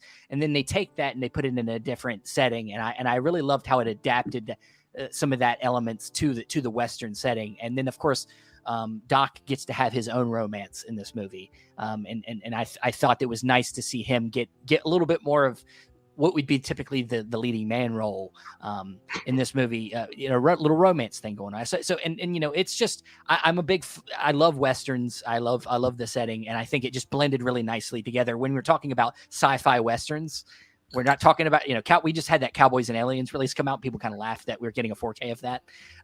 But this is actually a really great sci-fi Western, I think. And, you get a lot of great jokes. He uses Clint Eastwood as his name, things like that. I think, though it might not be the best movie in the franchise, I think it's kind of, for me, the most fun. And I go back to it a lot. So that's that one. How about an American Tail? Oh, well, once again, this is another Don Bluth, joint kind of thing. And it's one of them films where it's an animated film that very much, it plays up more to adults than anything. I think kids can really enjoy it on its surface level elements, but it's a film that's got deeper rooted thematics there. We're talking about like immigration of Jews, for things like that. It's got a deep story there, and I think it's one of them things that it's one of the top, I think, animated films of its time as just a good movie in general. I would agree. And then finally on your list, how about Deep Impact? Well, Deep Impact's always in the shadow of Armageddon, and Armageddon's great. I love Armageddon. I have fun with it, but Deep Impact is a little bit underrated. I think it's got a great cast as well. It's got Robert Duvall, Elijah Wood, of course, Morgan Freeman is the president. Jon Favreau, James Cromwell is in there. And one thing about the film, and this might seem like, depressing, but it really feels more like if it really happened, because things don't really work out in the movie. Like they don't break the asteroid and save the day and then come home and Earth's okay. Well, the shit hits the fan, and it's about them having to deal with the shit hitting the fan. And I think that's what makes that movie actually a little bit underrated. I still like Armageddon a lot, but Deep Impact, I think, is worth taking a rewatch. So, yeah, I think it says something that Deep Impact was directed by a woman and has a black president, as opposed to Armageddon, which is a bunch of like aggro white dudes. Yeah, once more, oil rig guys. Instead of getting astronauts to learn oil rigging, drilling, they get oil riggers to become astronauts. Okay. All right. Final vote for the evening. Will versus Steven. We've had some incredible debates tonight. Whoever wins this is going to be coming back for episode number 4 as the champion. Please vote in the comments now. Will or Steven? Who had the better night overall? Who had the better defense? Who was the better debater? Please leave a comment. Will, I'm curious, just to give you a couple moments of time. Small Soldiers, why is it great? Oh. How can we say it in just a few moments? Talk about a great combination of practical and digital effects. Dante shows yet again his mastery. The relationship, between our two young leads. This is another really good tween movie, right? Like the 10 to 13, 14 age of kind of kids who are still children, but are kind of coming into all these new and confusing things. And there's not enough films like that, especially at that time. And then in true Dante fashion, the unbelievably dense, layered deployment of references to war movies and quotes from war movies that in many ways define the culture that these two kids come out of, because at this point, war was not something so much that adults felt as they did see on TV and in the movies, right? Like, when was Small Soldiers, like 98? Something like that, yeah. Yeah, so this was the first like televised war, right? The Gulf War, the first Iraq War, and the Small Soldiers, the whole conceit of these constant references to war movies reminds us of the like really disgusting mythologization we do of war, right? And I say this as a person who loves and enjoys war movies, and I don't think that it's a problem to do so, but to recognize that ain't what it's about, you know, like war. Oh, good God, what is it good for? Absolutely nothing. And so for these kids to be kind of reckoning with that war, the media war culture, is really interesting. I think if you could have put that into the underrated category, I would have gone hard for Small Soldiers as one of the most underrated films of the night. If he was credited, it would have been up there on one of those. Yeah, I agree. Small Soldiers is awesome. On top of that, I had a big crush on Kirsten Dunst at the time. So but yeah, I love that movie. It is one of the movies that I love where it is more adult, but for kids. Like I really enjoy it. So, did you know she's married to Jesse Plemons? Yep. I just craziest shit I've ever seen. Yeah. See that? Well, hey, love's love, and good for them. Of course. My wife and I are watching both of the adaptations of John Bloom, Joe Bob Briggs' true crime book, Evidence of Love. So we're watching Candy, which is on Hulu, and Love and Death, which is on Max. And Jesse Plemons is in the Love and Death one. And God, he's so unappealing in it. So when I told my wife that he was married to Kirsten Dunst, she was like, ew. I was like, no, he just looks like that for the role. Anyway, that's neither here nor there. All right, so we got, I believe, 2 or 3 different ties, but other than that, most of the other votes went to Will. Steven, you got a couple. Will, you seem to be emerging again victorious. I'm frankly shocked, as I have been. Well, last time I was surprised too.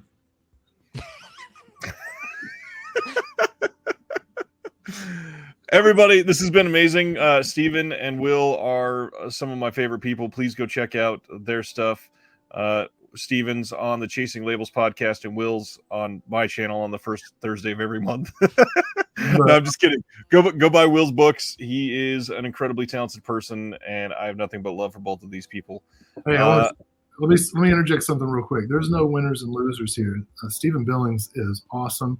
He's a fellow North Carolinian, and I mean, I did win, but there's really no winners or losers.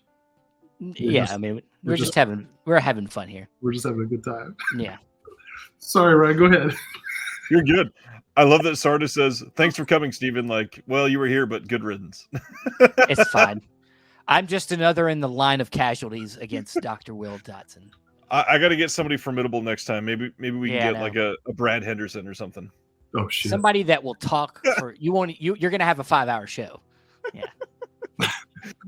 All right, everybody. Hope to see you in 48 hours. It hasn't been said anywhere else yet. So this Thursday, Celeste de la Cabra is back on the channel to ring out Pride Month in style. We're going to be talking about queer films, and it's going to be a fun night. There's a lot of announcements this week, a lot of stuff to talk about. Plus, going into the Severance sale, we'll be going live Thursday night. So hope to see you there, and I hope everybody gets some rest. Other than that, we'll see you Thursday next week. Thanks, Will. Thanks, Steve. Thanks, everybody. Thanks, guys.